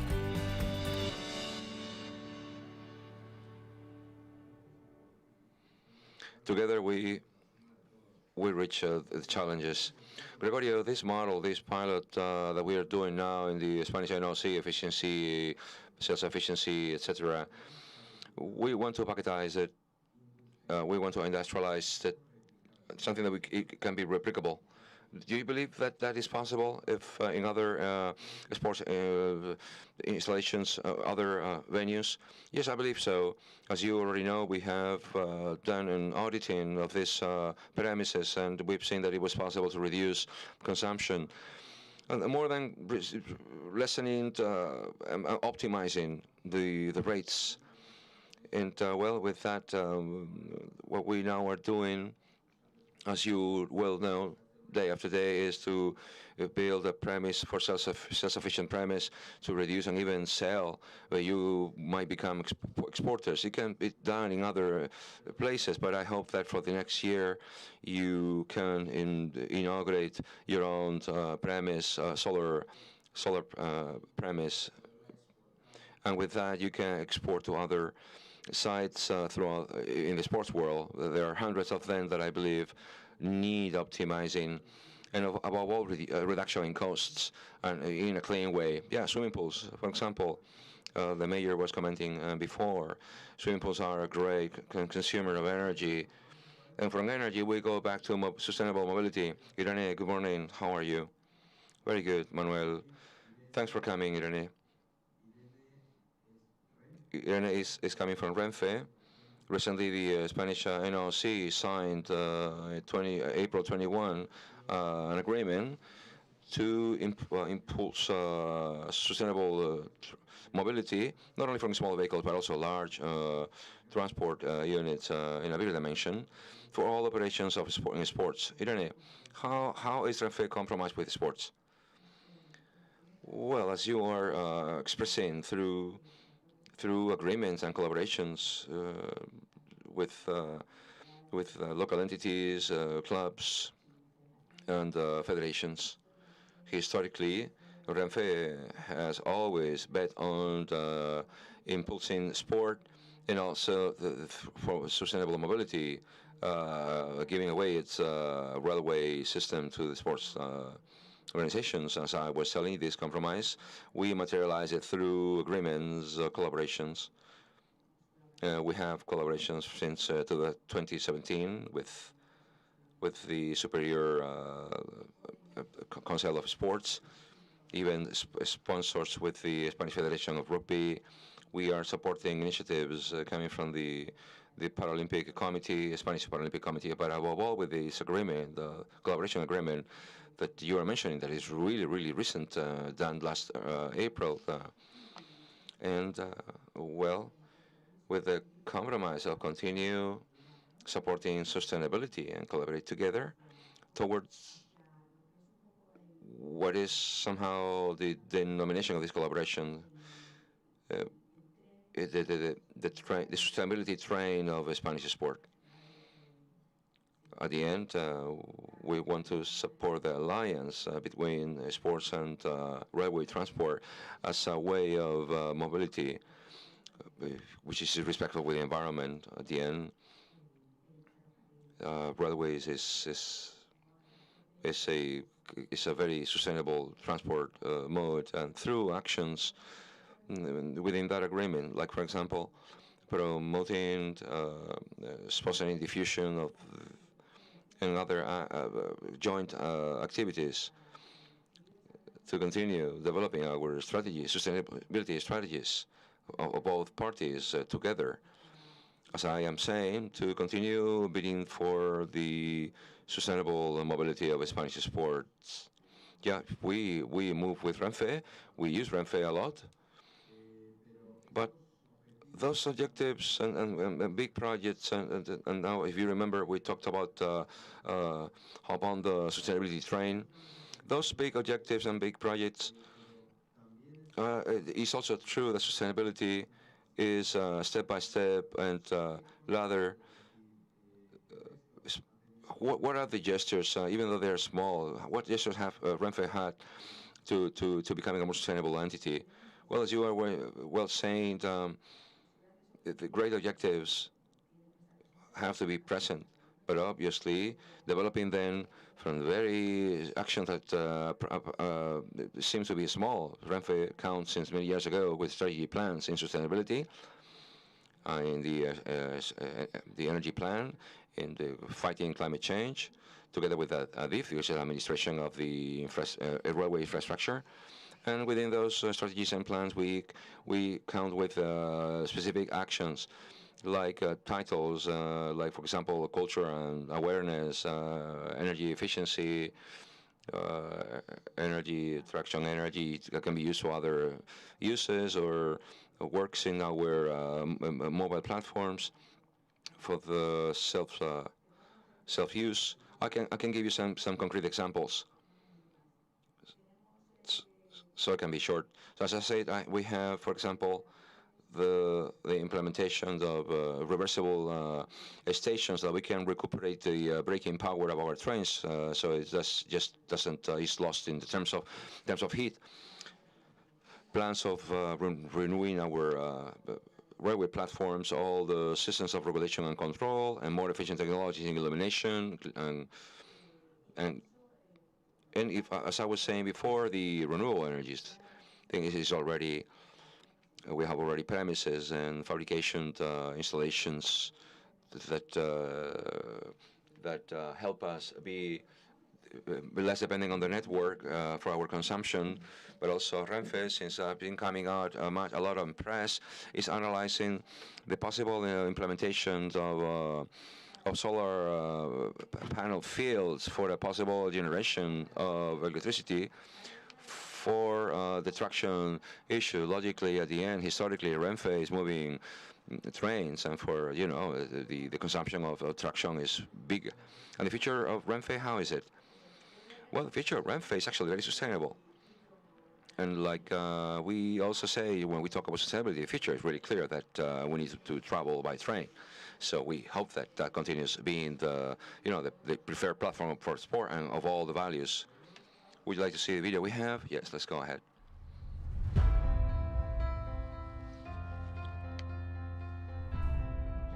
We are compromised with the environment.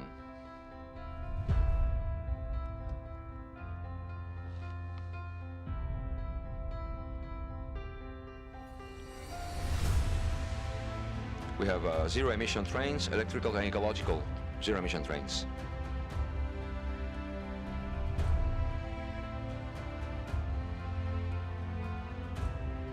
100% of our electricity coming from renewable sources.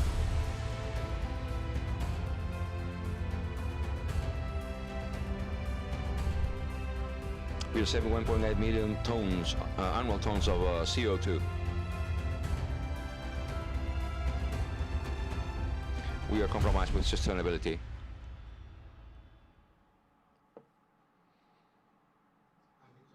You said that to the future we must be aboard a train. Do you think that our future, we're going to arrive there in train? Because Tokyo was a little bit complicated. Yes, of course. Yeah, it's clear. That's, as you mentioned before, our Olympic medalist in sailing, it's true that the mobility part has an important part in our carbon footprint in all the special events, and not always, I understand, that logically, crossing the seas by train it's not possible by now. Well, we will make everything in our hands. To Paris, of course.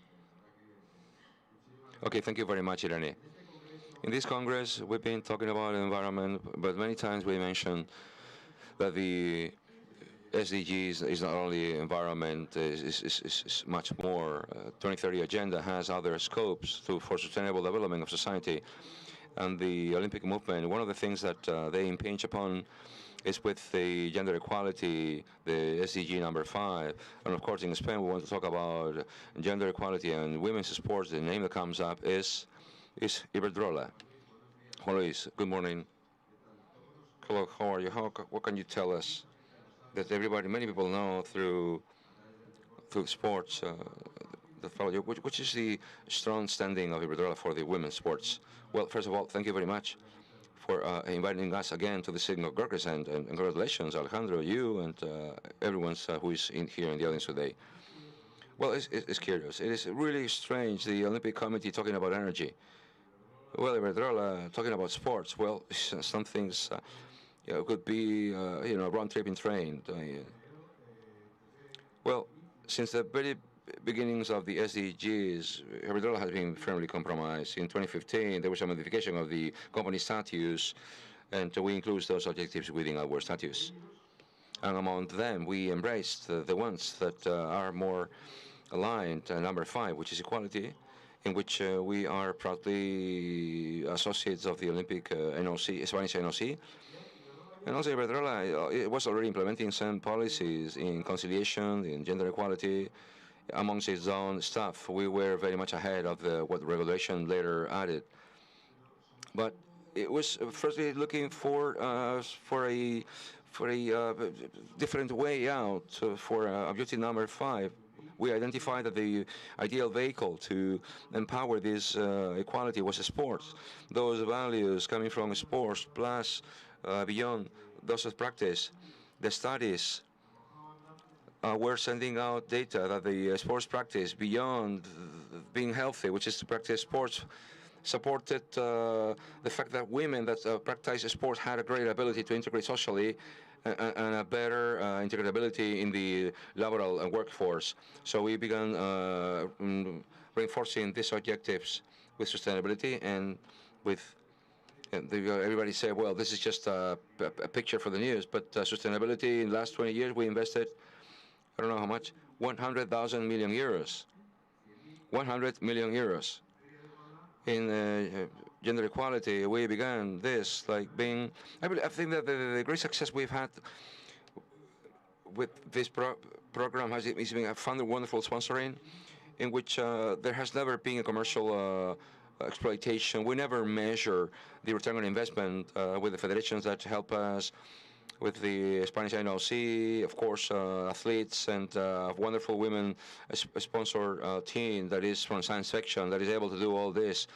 So the 50% of the Spanish society, in a spontaneous way, now can identify us as the main company behind the impulse given to the women's and gender equality. Yeah, you have many national leagues, women leagues, a multiplicity of athletes, which are medalists also.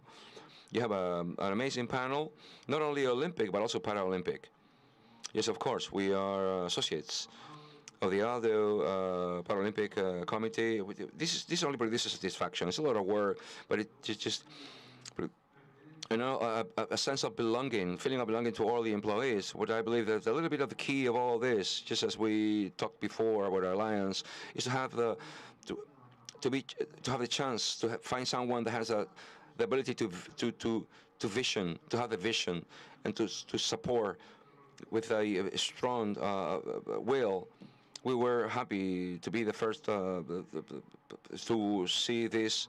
And if you talk to any observatory of sponsoring, which are the main guidelines where companies want to come in? The green territory, which we have already conquered, fruit of the work from these last years, and gender equality. Of course, people want to find a place. Once you find a territory, you want to capitalize it. But in this case, we didn't want to. That everybody wants to join us, unite all the forces so that we have a real gender equality in women's sports, and we talk about only sports. Well, the Spanish NOC, together with Iberdrola, as Juan Luis mentioned before, we developed programs to empower women. So, yes, we're talking about the women's sports, to give it an impulse. But there is another pending task in Spain, which is that women acquires presence in a better way in responsibility positions within organizations, sports organizations. In the world of sports in Spain, we have a handicap. We had to do some work there. We have developed serial programs. We can tell us a little bit about these programs that I know that you already brought a video with you to illustrate this empowerment. Yes, as Irene was saying before, we can do this. We must do this step by step. We introduced the issue of gender equality, and we've been discovering things. And with your hand, beyond practicing the sports, what happens with the sports women? What happens with the integration of women since once their professional career, sports career is finishing up, together with that alliance built with you, there's some programs where the objective is to empower and train them so that in the sports environment they can achieve responsibility positions. Something else would be we have a first example with 16 women. Now it was totally fruitful, and now we have another program with the Superior Institute of Economy. And the truth is that every time we do something in this way, we feel absolutely convinced that this is the path to go, the path to follow. This is becoming more and more extensive with you. It proves that it was the key, supporting sports. And then within sports, what are solutions that we need to give so that the sports women can have a longer professional life? And what is proved now, they have a much better outcome than before. Yeah, no doubt that sports value applied to the workforce are always a winner. Our communications director, Stefania Rey, was one of the first participants of this course, and we have her fully empowered. I mean, she's going really like at the speed of light. Well, thank you very much. Yeah, Stefania is thanking me through the headset. All these values of gender equality linked to this brand are perfectly reflected in a video you brought. That if you'd like, we can watch it now. Sports and equality. En Iberdrola estamos orgullosos de ser la primera compañía en haber realizado una apuesta global para fomentar la participación de las mujeres en todos los ámbitos del deporte. A día de hoy, apoyamos a más de 300.000 deportistas consiguiendo que poco a poco el deporte practicado por mujeres ocupe el lugar que se merece. Una apuesta firme por impulsar la igualdad a través del deporte, que se enmarca en nuestro compromiso integral por la igualdad efectiva entre hombres y mujeres. Y es que la igualdad de oportunidades es uno de los pilares de nuestra estrategia empresarial y de nuestro compromiso con la sociedad. Así lo hemos demostrado durante años con iniciativas como medidas pioneras en conciliación, incorporación de mujeres en puestos de responsabilidad o igualdad salarial, entre otros. Para nosotros es una cuestión de responsabilidad social y con ello contribuimos al cumplimiento de los objetivos de desarrollo sostenible que luchan por un mundo más justo. Sabemos que queda mucho por hacer, pero juntos estamos avanzando en el camino para conseguirlo. Proud through the sport. In that, we are working right now with Iberdrola in giving an impulse, the positioning of women in directive management positions in the Spanish sports. We've already finished 2 programs. This is the second we start. The pandemic caught us a little bit unprepared. Now we're going to go also to colleges and universities to set a debate and empower all those girls in the universities that if they believe in it, they can actually achieve it. Yeah, absolutely. Thank you very much, Juan Luis, for your support and for bidding through Iberdrola and for your president, Galán, for your firm support for women's sports.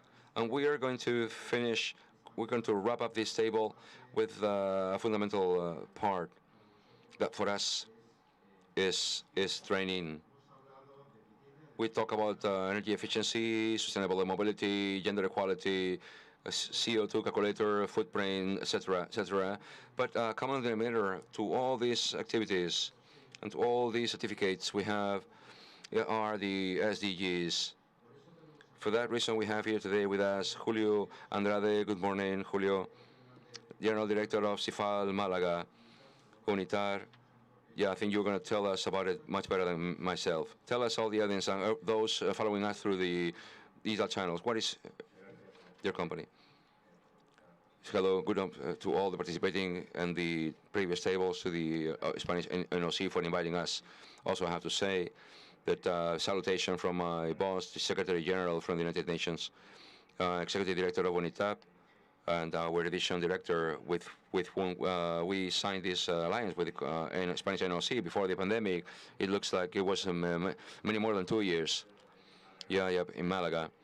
And just today, in Geneva, we are celebrating this annual meeting truly our institution, maybe that is not one of the best known in the United Nations, but just like UNICEF is that promotes human rights and the infancy and the children on the COP26, that before it was promoting sustainability, climate change.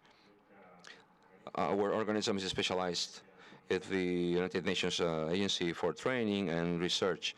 And more than 60 years ago, we've been training authorities and leaders in the society, civil society, and lesser fashion entrepreneurial sector. I mean lesser, because in this case, the UN Global Company is a network of associations that lead that change is so much needed in the entrepreneurial sector, is taking that vision away into it. So we understand everything we said, and I share everything that has been said. We need better leaders with a global vision, can act in their immediate environment, organizational environment, and individual environment can be much more compromised than they are. And we have to start with ourselves. Because this world, no one is going to come and help United Nations by itself and the countries by itself, not by even companies. It must start for every single one of us putting that little grain of sand.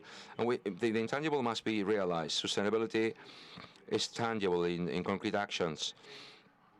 Yesterday, I was able to be present at the sustainable actions by the presidents of and majesties of Portugal, and talking about the economy of the intangible. We're talking today about the intangible because we need to give value to it, make actions that truly lead us to think that what we need is a better world. And we understand that leadership is a fundamental value. If we don't have leaders, public leaders, of course, but also organizational leaders in our society that truly bid on this change, because we cannot. We have to stop doing the same thing. We have plan B for our planet. We are consuming our planet. As we have 3 planets, we only have 1. And it's utterly far-fetched that the temperature is going to increase by 2.4 degrees, which is something that we cannot conform to that, because like many countries have said, for many islands in the world, that would be literally their disappearance, and for many parts of our territory will be a coming problem. So we need compromised leaders and trained leaders, better societies, better trained societies, so that they can understand how to do it in advance, not only in the environmental area, in sustainable area, because we need to the environmental improvement and societal improvement. We have to step from that linear economy line that we have to that circular economic idea, so that we can better use waste and use digital transformation that is definitely unstoppable, because emotions, values, talent, all that is intangible. But at the same time, without that, we wouldn't be able to be the society we want and we would like to be. Our organization, the United Nations, is characterized because it's the only outside of the United Nations can certify training to its individuals and people, and we do it with many partners. For example, with the Spanish NOC, with which we already initiated a program training sports, Olympic sports and federation sport people. So I take the chance to congratulate them for their successes. But we are an organization which is open to the world. We have an international center setting in Malaga. But from Malaga, we're taking training not only to Spain and Europe, and also Africa, in particular North Africa and Latin America, and also North America, because we are a global network, 23 partners around the world that work together to be able to achieve this objective, which are so ambitious. The course we did here with sports, with 200 plus sports persons that were training and previous knowledge about SDGs. That was some time ago. It was still not so much on the table. But now in these 2 certificates, we are going to come out with sustainability and the sustainable event sports venue. We need to supply training to those technical, so that they can be training SDGs on how they can apply to those SDGs to their own activity in particular. Well, there's no doubt about it. As we say, we have the methodology. It's not the same to inform than to train. We need to have a pedagogical approach to take those contents and address them to the public. Just like we trying to bring the SDGs to the primary school children, we also must take those objectives to people part of our organization, which can also impact their environment.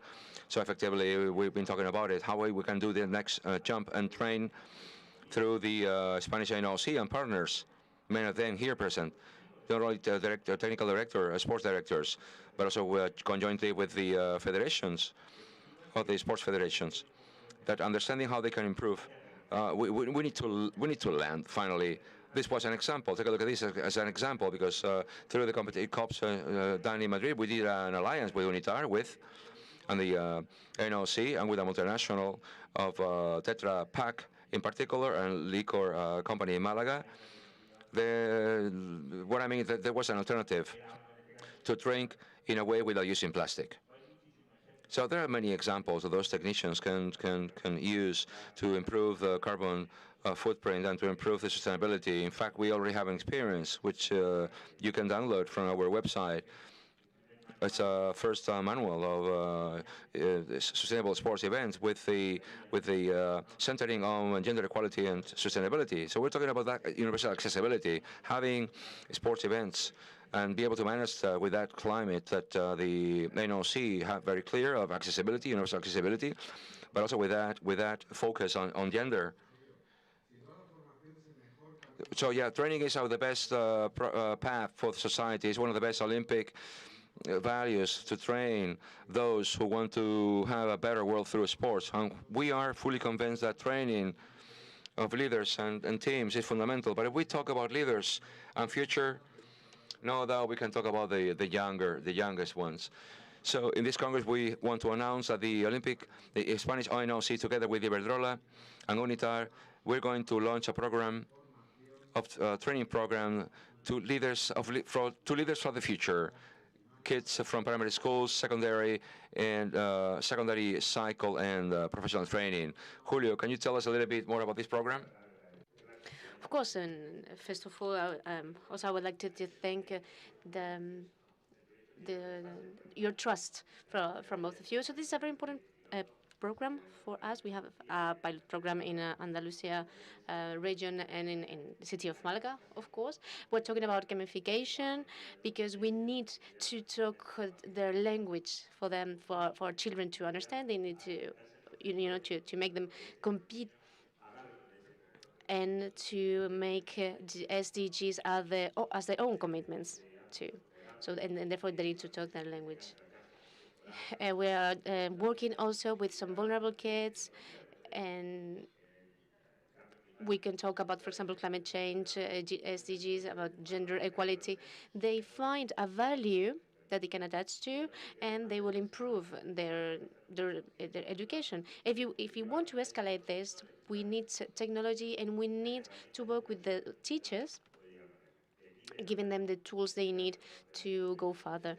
And we're talking about this, our teaching specialists. We're dealing, and we're working with the Trilema organization. And this is our pilot project, so first pioneer project. But in 6 to 7 years, we will want to reach 7 million students. So this pilot project will be launched and implemented in Malaga. So, Juan Luis, this is, what a bit, right? Of course, it's very important, this bit, and also the need we have to make it possible. We have discussed about it all morning long. We can criticize our youngest ones, for example. Well, we can blame some generation because, I don't know, for the Beatles, for the for trousers. But each generation needs to take care of their own challenges, and what we need to do is to get our youngest ones to not to commit to make the same mistakes we made, and mainly the mistakes towards our planet. From Iberdrola, an initiative on sustainability, a project like this is extremely important. When we were presented this pilot project and the idea of escalating it, we thought that it fitted perfectly with our DNA and our own commitments. So that's what we will do for next year in Malaga. We will launch this first project, and we will be escalating the program all over Spain and also all over Europe, since it is a perfectly scalable project. Because we need to train our future leaders, our children, to be the leaders of our future, of our sustainable future. So this is the end of this panel. I don't know whether we have some questions or opinions that you would like to share from our audience.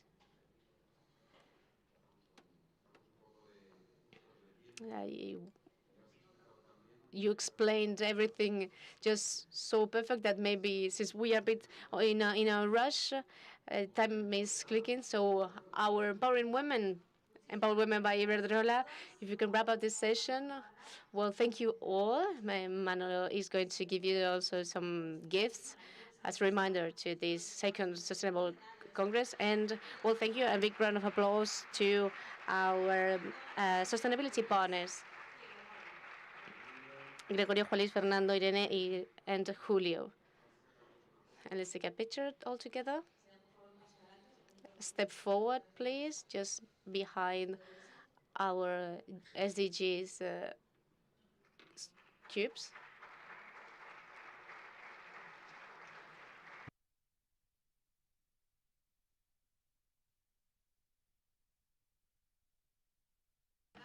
Thank you very much. This is the end of our third panel, Sustainability Programs with the Partners of the NOC of Spain. It's been an honor and a pleasure to have you here this morning, to hear about your proposals. And last but not least, once we have a stage cleared, take your time, no problem. Please, Carlos Daniel Casares, the Secretary General of the FEMP of Spain.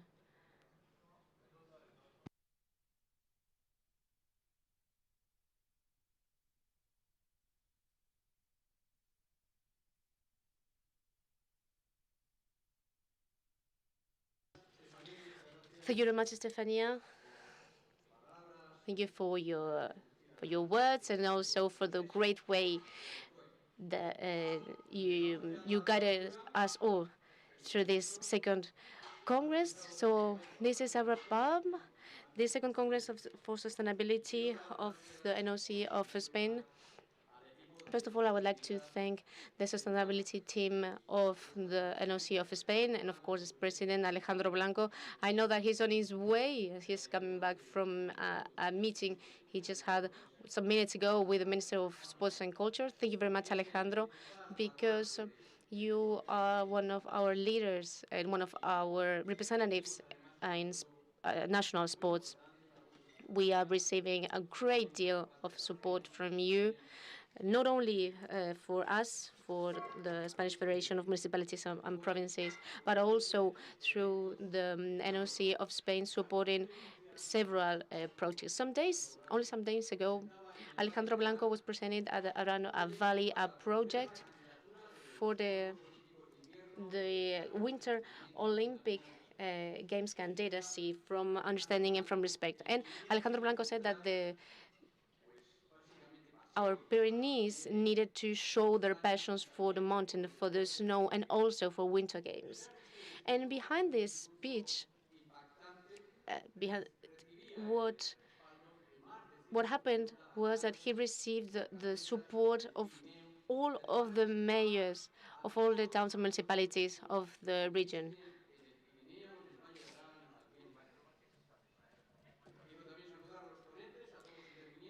I would like to thank also all of our participants of the different federations, Isabel Fernandez, Vice President of the NOC of Spain, and the gold medal in Sydney, bronze in Atlanta. It was an honor to have you as President, now as President, also from Federation of Cycling, José Luis López Ferrón, and also many mayors that we have here today among our audience.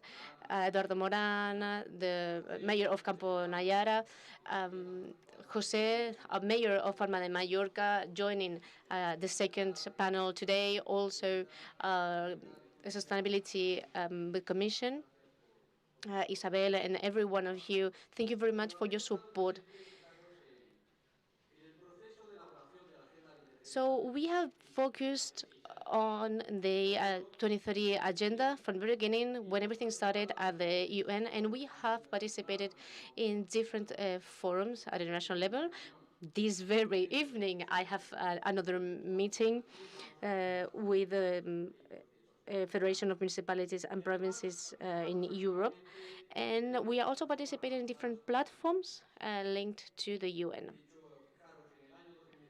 In 2018, the government of Spain was elaborating their own implementing plan for Agenda 2030, and we put it a special value at this leadership that we are using to them while putting forward to make our commitments come true.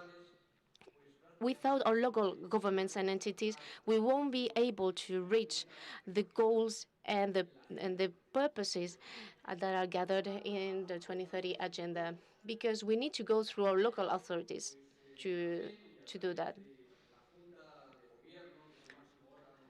Together with the government counseling, governing and enrolling this Federation of Municipalities and Provinces, worked 2 years ago launched 2 years ago this commitment with more than 25 mayors, coordinated by Luis Alaya, mayor of Cáceres. And they started this network or local entities, whose president is José Ila, our mayor of Palma. In less than a year, we have more than 400 town halls participating, so more than 55% of our national population. They are working together and they are putting into practice best practices, and they are sharing knowledges and also creating alliances with the public and private sector, which is one of the most important objectives and goals of the 2030 agenda.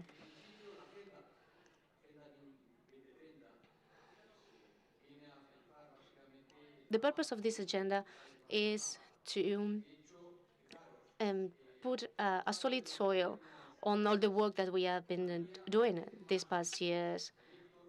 We have every day new initiatives, new projects and programs related to each and every one of the 17 goals of the SDGs. We are now elaborating local budgets for 2022, so for next year, and we have a lot of town halls gathering and thinking about different investments related to SDGs. For example, management of sports activities is an amazing opportunity as a sustainable development factor to meet these goals. We have discussed it in the 3 panels. We have talked about health, well-being, so SDG number 3, also SDG number 4. We have also talked about gender equality, about training, about economic growth, about sustainable communities, peace, justice, and enhancing solid institutions. So all of them are part of the SDGs. And all of these goals are part of all the activities that local governments are doing.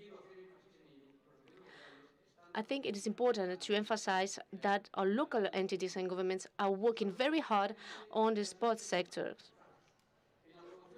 They are working on enhancing and promoting sports for everyone from town halls, since they are the nearer administration to our citizens. They are also working on activities with other private and public entities to comply with the legal framework on sports, organizing sports events at town halls, at municipalities, enhancing activities for all the populations, building also sports venues. Town halls are managing 93% of all sports venues in the country. So we can understand the importance of it. From the town halls, most of our infrastructures for sports are being managed. They also promote, enhance, boost all the sports associations in our territory. Those are the challenges that we are facing, most important ones, of course, and they are all gathered in the resolution of the Spanish Federation of Municipalities and Provinces. We are talking about different proposals. We are gathering proposals. We are working on them. Eduardo, the president of the commission, just talked about it, of this session, this meeting that you held here at this very venue. Thank you very much, President, for being here, for supporting us and working with us. And in the second Congress of Sustainability of the NOC of Spain, we have debated about climate change and sports. At the second panel, we have discussed the different solutions of the NOC of Spain. And in this third panel that we just finished, we have discussed all the different sustainability programs with the partners of the Spanish NOC. So our commitment is to continue working hand-to-hand with the NOC of Spain. Our most important values are, they have the real example in our athletes. We have all of our sports federations, our sports associations, boosting the sports in our country.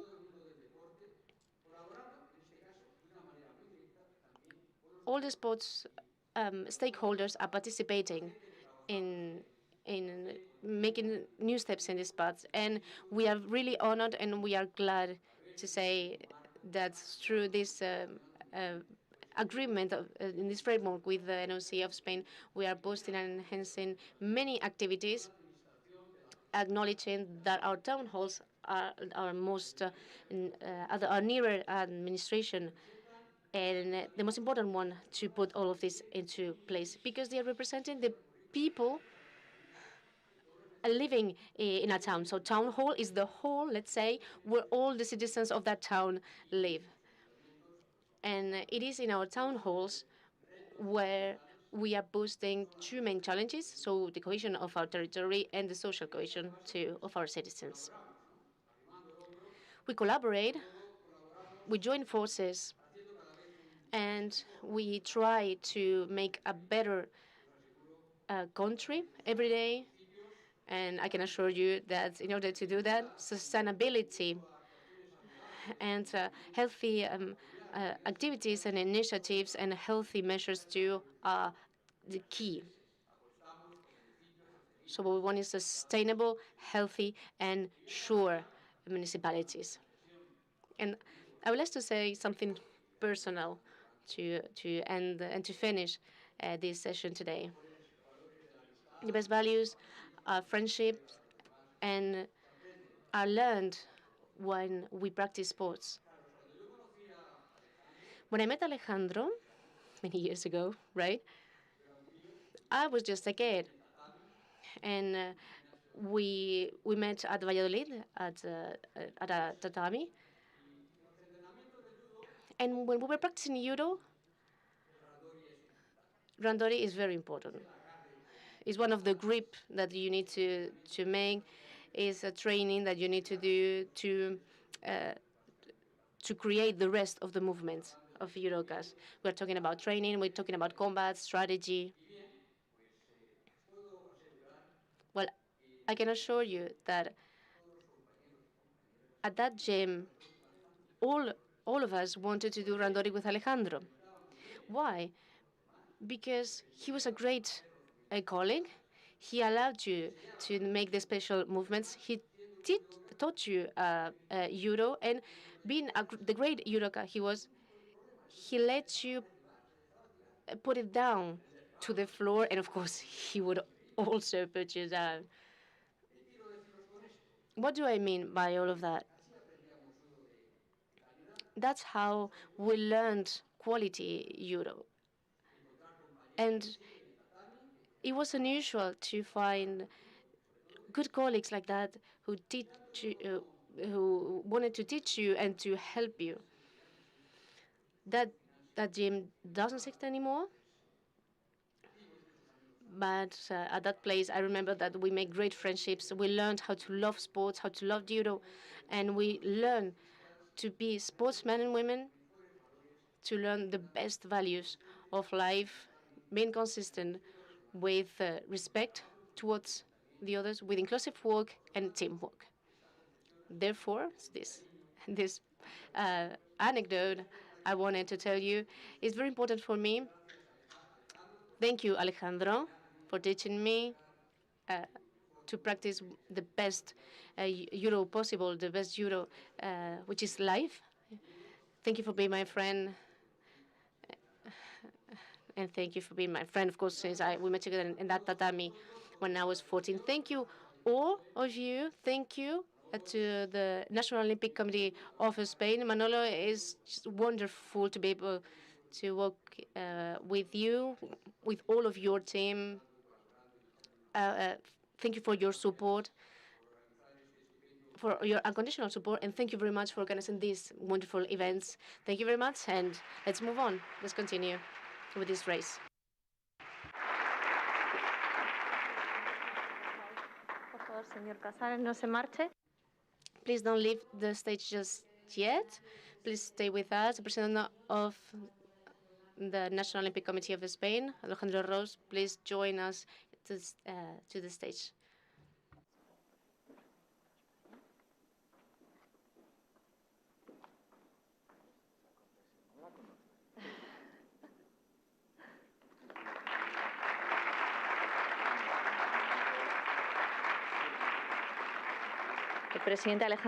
So the President Alejandro Blanco is gifting the General Secretary of the FEMP this gift for his collaboration in this Sustainability Congress. And now, please, all the participants, all of our panelists, please join us on stage to a final family picture. Y mientras suben todos, aprovecho para deciros.